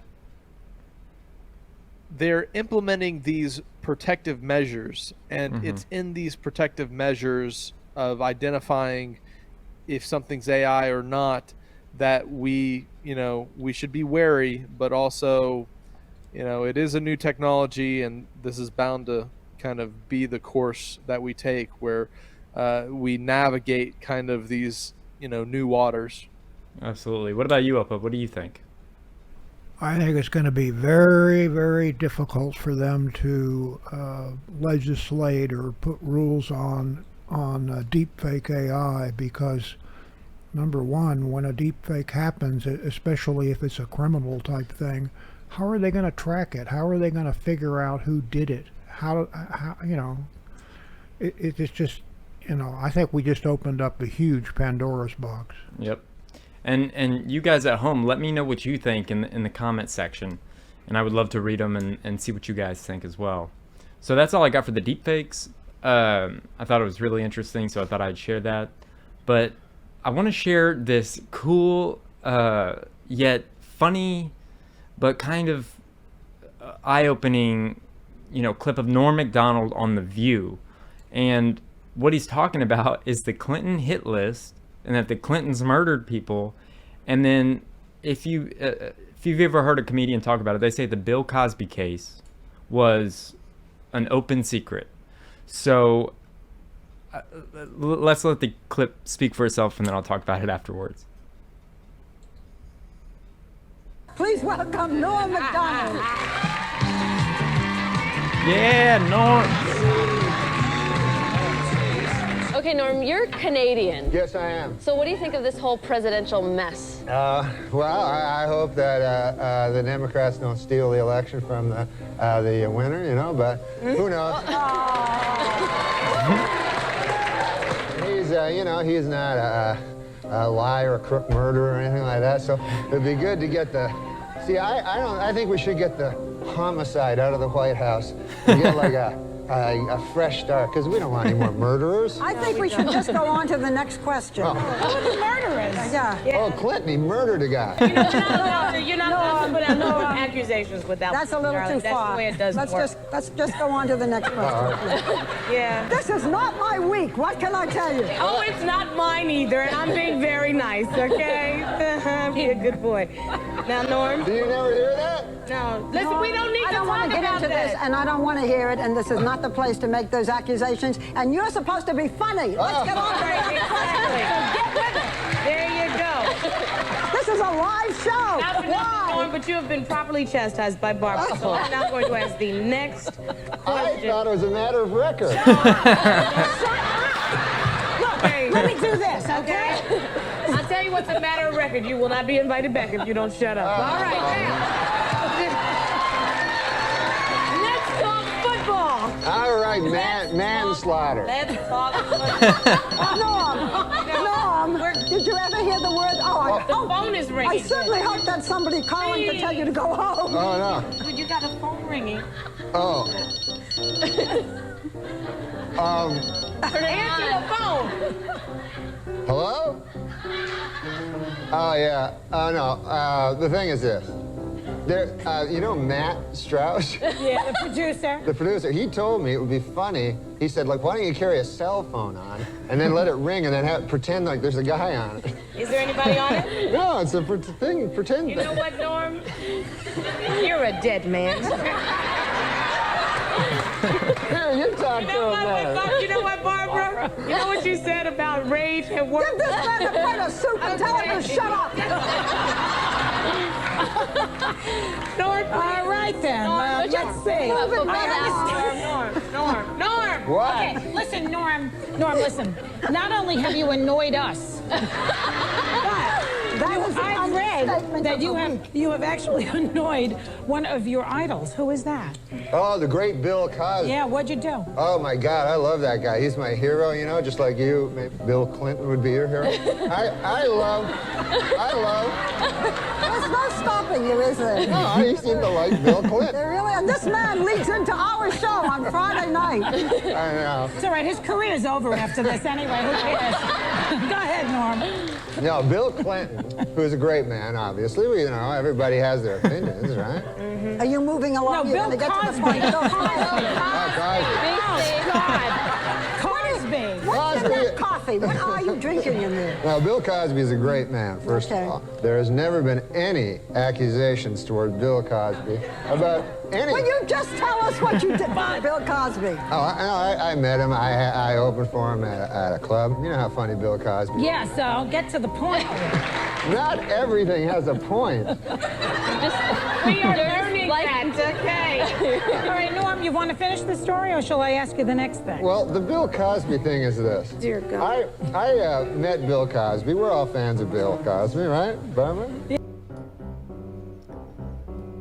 Yeah. What? Yes. Why don't we talk about the millionaire? Oh, yeah, you know what? Tonight, Norm and I... please. I like Bill Cosby. Let's talk about the millionaire. Norm Macdonald and I are on The Millionaire tonight. Oh, yeah. Well, tell him about that, how you thought he's dumb today. Where do you see him tonight? People always told me Hollywood was like incredibly liberal of bias, and I thought it was untrue. Hollywood was like incredibly liberal of bias, and I thought it was untrue, man. You want to talk about the millionaire? Yes, I do. You have 10 seconds to talk about the millionaire. Don't tell how much. Don't tell him what I won? No. Oh. You're not allowed to tell anything like that. Well, what are you trying to ask him then?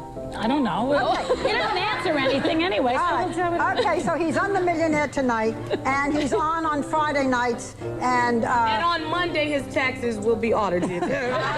You are a number. I have never met anything like you. We will be right back.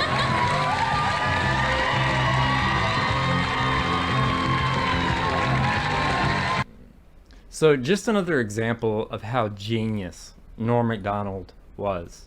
And I love Norm so much. And the millionaire clip was one that we had showed in the past where he was talked out of winning the $1 million by Regis. And it's just so interesting watching these liberal leftists trying to shut him down on every topic that he's actually trying to talk about.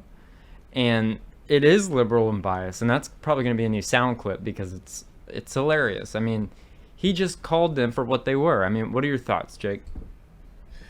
Yeah, I think he is great at telling the truth through the inference, through his reference, and when you get at what he's hinting at, you find what he's leading to, and that's why it shows how intelligent he is, and you know, just how amazing how comedy can be used to really, you know, poke fun at these no topics that are so controversial and can't be talked about but need to be talked about, you know. And Owen's a great example of that. I know Norm was one of his heroes, and he's really good at that as well, at kind of using comedy as like a way to expose things in a way. So what are your thoughts, Opa? I think it was funnier than heck. They don't make comedy like that anymore, I guess. Nope. All right, well that's what I got for Norm Macdonald, but I do have one last clip for you guys, and I went somewhere just for you guys. I went to the President George W. Bush Library to see all the propaganda and all the propaganda and then more propaganda. So check this out. Hey Skiba News Nation family, we're here at the President George W. Bush Library. Thought you guys would enjoy this, so I'll show you what I saw.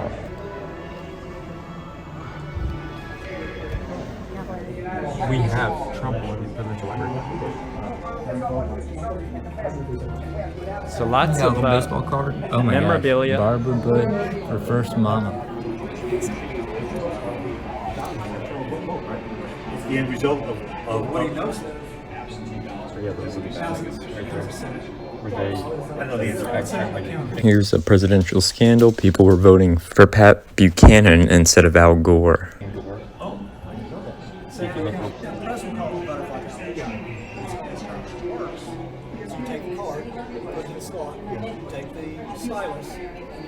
Lots of paraphernalia. So this page just happens to be all presidential candidates. Paraphernalia. Our new commitment to live out our nation's promise through civility, courage, compassion. January 20th, 2001. All eyes on Florida at this hour, Tim. They need Florida. Florida. Whoever wins Florida won this election. ABC News projects that Al Gore wins the state of Florida in its 25 electoral votes. Al. Let me tell you, Bernie, you all called Florida before Florida even closed its polls. Florida is a state which votes in 2 time zones. I wonder if there's going to be anything on Alex Jones here. Bush, when they were building the first Rangers ballpark. I do like these boots, I must admit. These look hand-painted. Very cool. He owned the Rangers. Your favorite? Probably the #1 teacher in the state of Texas right here is in the teacher section. No Child Left Behind. Anyways about this, here's the short bus. That's the bus I would have taken. I'll never forget the day that No Child Left Behind was signed into law. The one that he signed the bills with. Fun fact, guys, I was actually sitting right behind George W. Bush and Nolan Ryan at a Rangers game. Me and Opal were. I'll probably talk over this footage, please. Look at all those. This is like the whole team signed balls.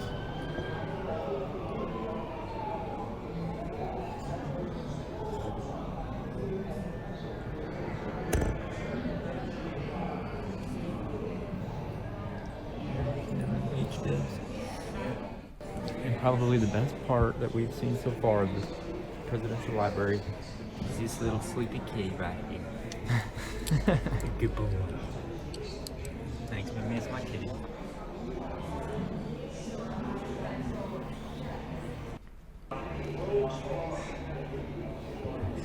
Now we're entering the day of tragedy. Now this was the focal point of the whole museum.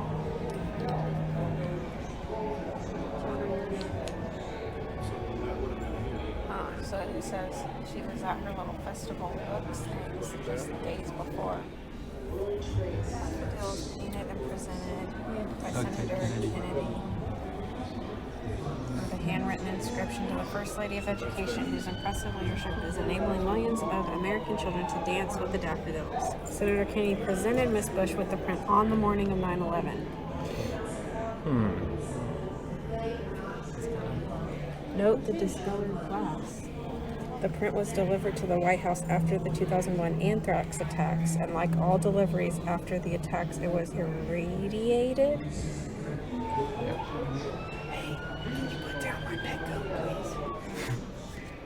And let's never forget the attacks on September the 11th.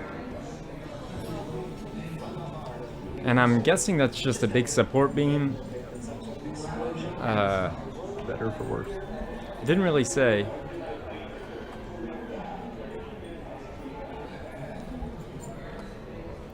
And then here's all the propaganda. From the heart of New York City, we just got a report in that there's been some sort of explosion at the World Trade Center in New York City. Another passenger plane hitting the World Trade Center. It felt like there was an explosion sometime here at the Pentagon.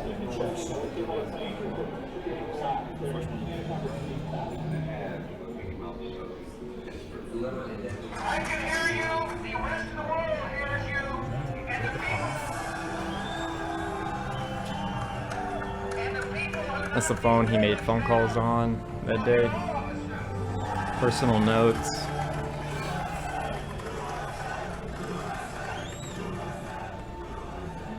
Telling them, go ahead and pull Building 7. These are letters that children wrote President Bush, and when I was a kid in my school, they made me do the same thing. And he actually sent back a signed photo. Love knows not its own depth. Don't know where it is, but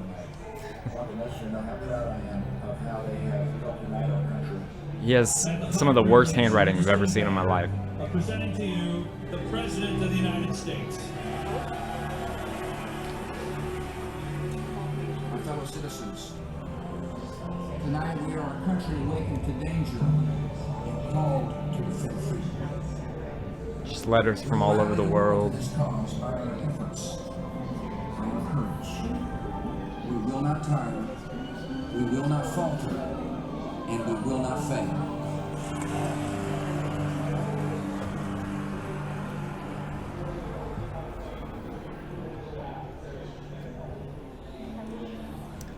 So that's the jacket that he was wearing. And then that's the on that, baseball, I guess, from the in that famous footage. 2001 World Series. They're at the ceremonial first pitch. And I think it was in New York, but I could be wrong. All that is good. Dear Miss Bush, I think what happened to our country was bad. Our country is good. Their country is bad to our country. This is war to their country. I'm sorry for the people who died. God is good to the people who died. The people were scared when the airplane crashed.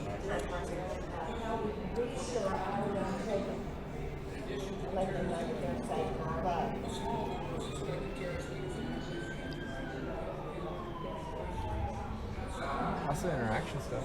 Believed to have helped plan and facilitate the 9/11 attacks. The president asked two very important questions in the decision to use these techniques.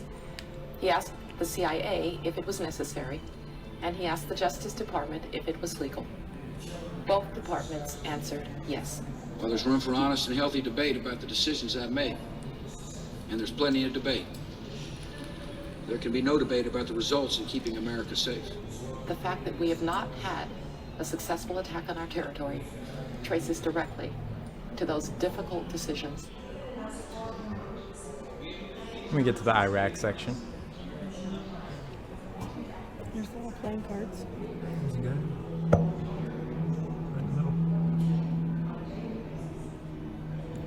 So I don't know if you guys know this, but the significance of these playing cards were given to the troops so that they could identify these quote-unquote terrorists. Just like in prisons here in the United States, they put victims' faces on playing cards so that if a prisoner knows something about a particular crime, they can talk to whoever it is, a detective, to help solve the crime. And this is Saddam Hussein's gun and I believe a jacket that he was wearing. There's some propaganda right there. Propaganda. This was probably the coolest thing. Can I tell you anything about the history of the room or anything about the decor? Welcome. Hi. Yeah, welcome to the Oval Office. Thank you. It's amazing. I never knew how oval it was. Yeah. Apparently that's what Elvis said when he went in Nixon. It's like, I didn't realize how oval it was. Of course they had to bring up Elvis. There's the future president, first lady. So this is an exact replica of But the seal we have here is different. And there's an interesting reason for that. It's just. Can you see the difference? It's the way the eagle is facing. In this case, in that case there, the eagle is facing the branch of olives, indicating peace. This one, which is the original seal, this is an updated. He's pointing toward the bundle of errors, which is war.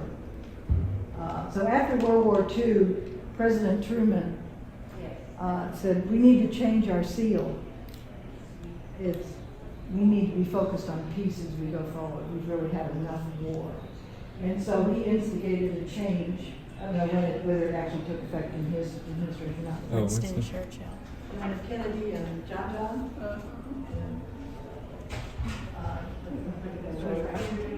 So that's why. So that's Here's the a picture of the that's Alamo old over one. there. Because we have the old and the new. Abraham Lincoln. One of the best Republicans to ever live. Forget about that. Man, it's like almost scratched off.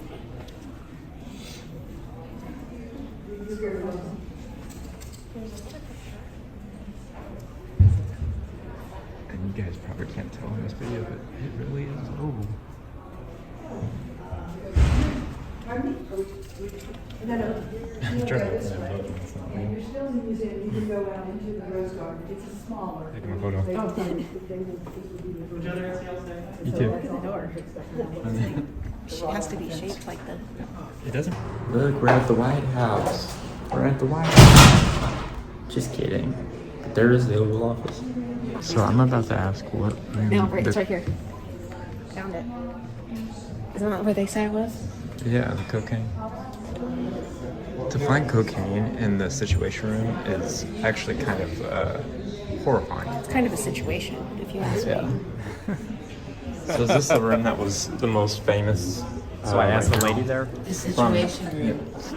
The They found cocaine. the cocaine. Yes. Okay. I just wanted to They make do sure. have the Situation room here as well, but Oh, it's wow. not open to the public, the general public. That's awesome. It's open, I believe. My fellow Americans, I promise to make cats great again. So that's my trip to the George W. Bush Presidential Library, and Lindsay was begging me not to ask about the cocaine to an employee, but I had to. I had to do it for you guys because I thought it'd be funny. What are your thoughts, Jake? That's hilarious. Yeah, man. I mean, it's almost like every time we have a president, anything about them and around them are built these tourist attractions. And I will say, when Sierra and I went to Washington, D.C., we did notice that whoever's in charge of that department of history or whatever, or the museums, really didn't like Trump, because there was only one or two little plaques for Trump, and one of them was Trump, the one president to have been impeached twice. And Oh my then like gosh. throughout the museum, there's like all these other little things for other presidents and the things they did and what they're known for. And to me, it was just funny. And there's always something to investigate at those places. I mean, I think that was pretty cool. You got to check it out. Yeah, well, I wanted to show you guys because it's like our own Dallas's 9/11 museum. I mean, that's what the main attraction was. It was like 9/11 this, 9/11 that, like that defined his presidency. And I was like, okay, I mean, he did, yeah, he was the president, but what did he do? I mean, I don't want to say I want to be YouTube friendly, but we all know the connection with the Bushes and 9/11 and all that stuff. They did not have anything on Alex Jones. I was thinking that there would be, but there wasn't. What do you think, Opa? I think that it looked like Disney World. Yep, that's pretty much what it was. It was a W. Bush Disney World. So you guys let me know what you think about the President George W. Bush Library in the comments, and that's all I got for history. Hope you guys enjoyed. So Jake, you got some memes for me? Yeah, I got a couple. Sweet, well, meme me up. Meme me up.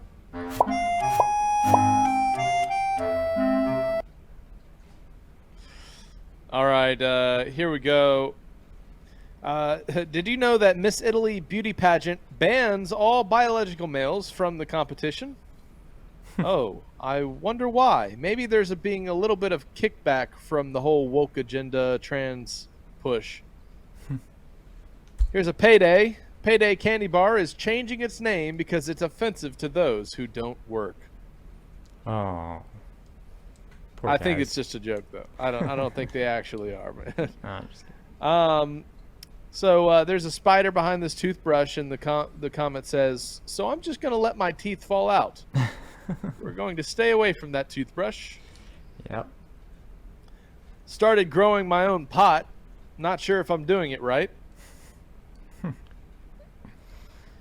There's that new Barbie movie out, and this is Jarby. Jar Jar Jarby. Jarby. All right. In the history books, this era will be referred to as the Dumb Ages. It better be. All right.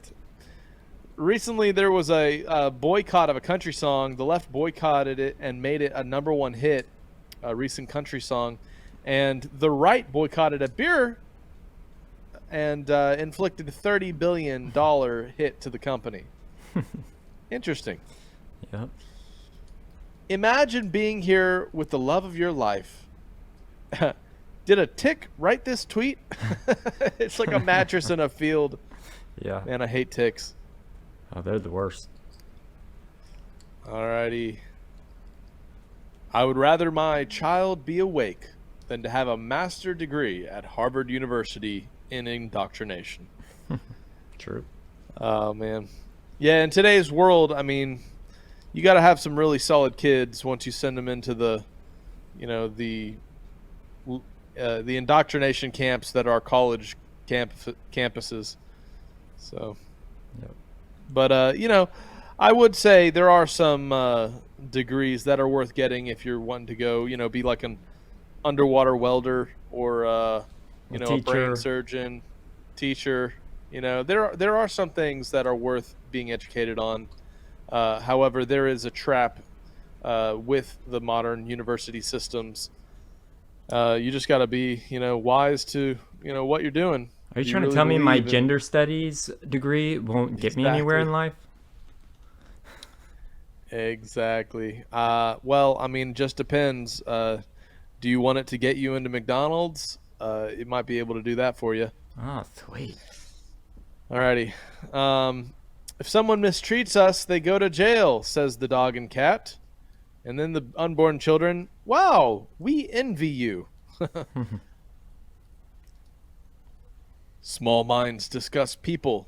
Average minds discuss events. Great minds discuss Bigfoot. Mm. We haven't talked about Bigfoot if you ever come yet. Oh yeah? I don't think so. On the show? We've never talked about it. I don't think so. Yeah, if you ever come visit Jeremiah here in Kentucky, I live down the street from a Bigfoot-themed burger joint. Oh, cool. And on each table, they have little sighting cards that people have told their story of seeing Bigfoot, and they have a big Bigfoot statue out front. Cool. Whisper something romantic. I'm not.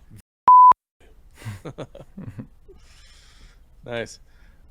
Someone asked me if I had plans for the fall. It took me a moment to realize they meant autumn, not the collapse of civilization. What are your plans for the fall? Well, survive. This is a Florida anti-theft device. You just put a piece of cardboard with the words that say AC doesn't work. Yep. Mom, what's an assault weapon? Nobody knows. It's a term used by emotionally unstable lies that want you defenseless, desperate, and dependent. That's true. Phone booth in 1953. Phone booth in 2023.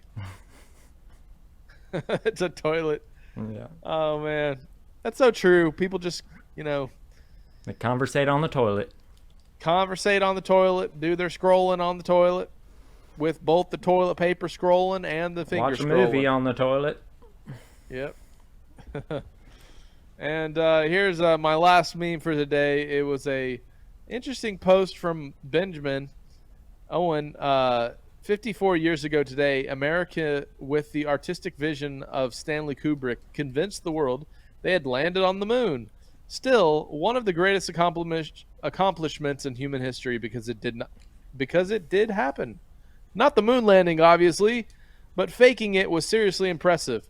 And with the hippie drugs and a few other psyops like Charles Manson, a drugged, prideful, and terrified America was ushered off the gold standard by 1971. What a day. And interestingly enough, Owen got to recently talk to the daughter of Kubrick. I heard that. Who is convinced that Kubrick didn't fake the moon landing, because the way she said you can tell is if her dad had faked the moon landing, it wouldn't have looked so fake. It would have looked much more real. Of course. So I thought that was funny. 2001 Space Odyssey is incredible. Oh, yeah. All right, Jeremiah, that'll be all. All right, Jake, thank you for another great current news and memes as always. Opa, thank you for another great Opa's Corner. I hope you guys enjoyed today's history segment, and we hope you enjoyed today's episode. Never quit fighting. Let no man deceive you. Thank you for standing alongside us as we fight for justice and stay on this quest for truth. Subscribe and stay tuned. If you would like to submit a story, topic, or have any other inquiries, please email submit@skibanewsnation.com. Also, you can email Jeremiah Skiba personally at jeremiah@skibanewsnation.com. Also, email Jake personally at jake@skibanewsnation.com. If you want to write us a letter, send us something, help support us, or just say hi, please send your letter to Jeremiah Skiba, P.O. Box 560-271, The Colony, Texas 75056. If you write us a letter, I'll do my best to write you back. Hey, Skiba News Nation family, thank you for watching. Please like, share, subscribe, and click that notification bell so you never miss an episode of Skiba News Nation. If you want to help support us, please consider becoming a Patreon, where you will get exclusive content, shoutouts, and much more. And you can also support our channel by getting yourself some new Skiba News Nation merch. Thank you for coming on this journey with us as we continue to stay on the quest for truth. Huge shout out to all our Patreon supporters. Thank you so much for your support. We couldn't do this show without you. If you want to help support us, go to patreon.com/Skiba News Nation. Also, you can listen to Skiba News Nation podcast on your favorite podcast platform.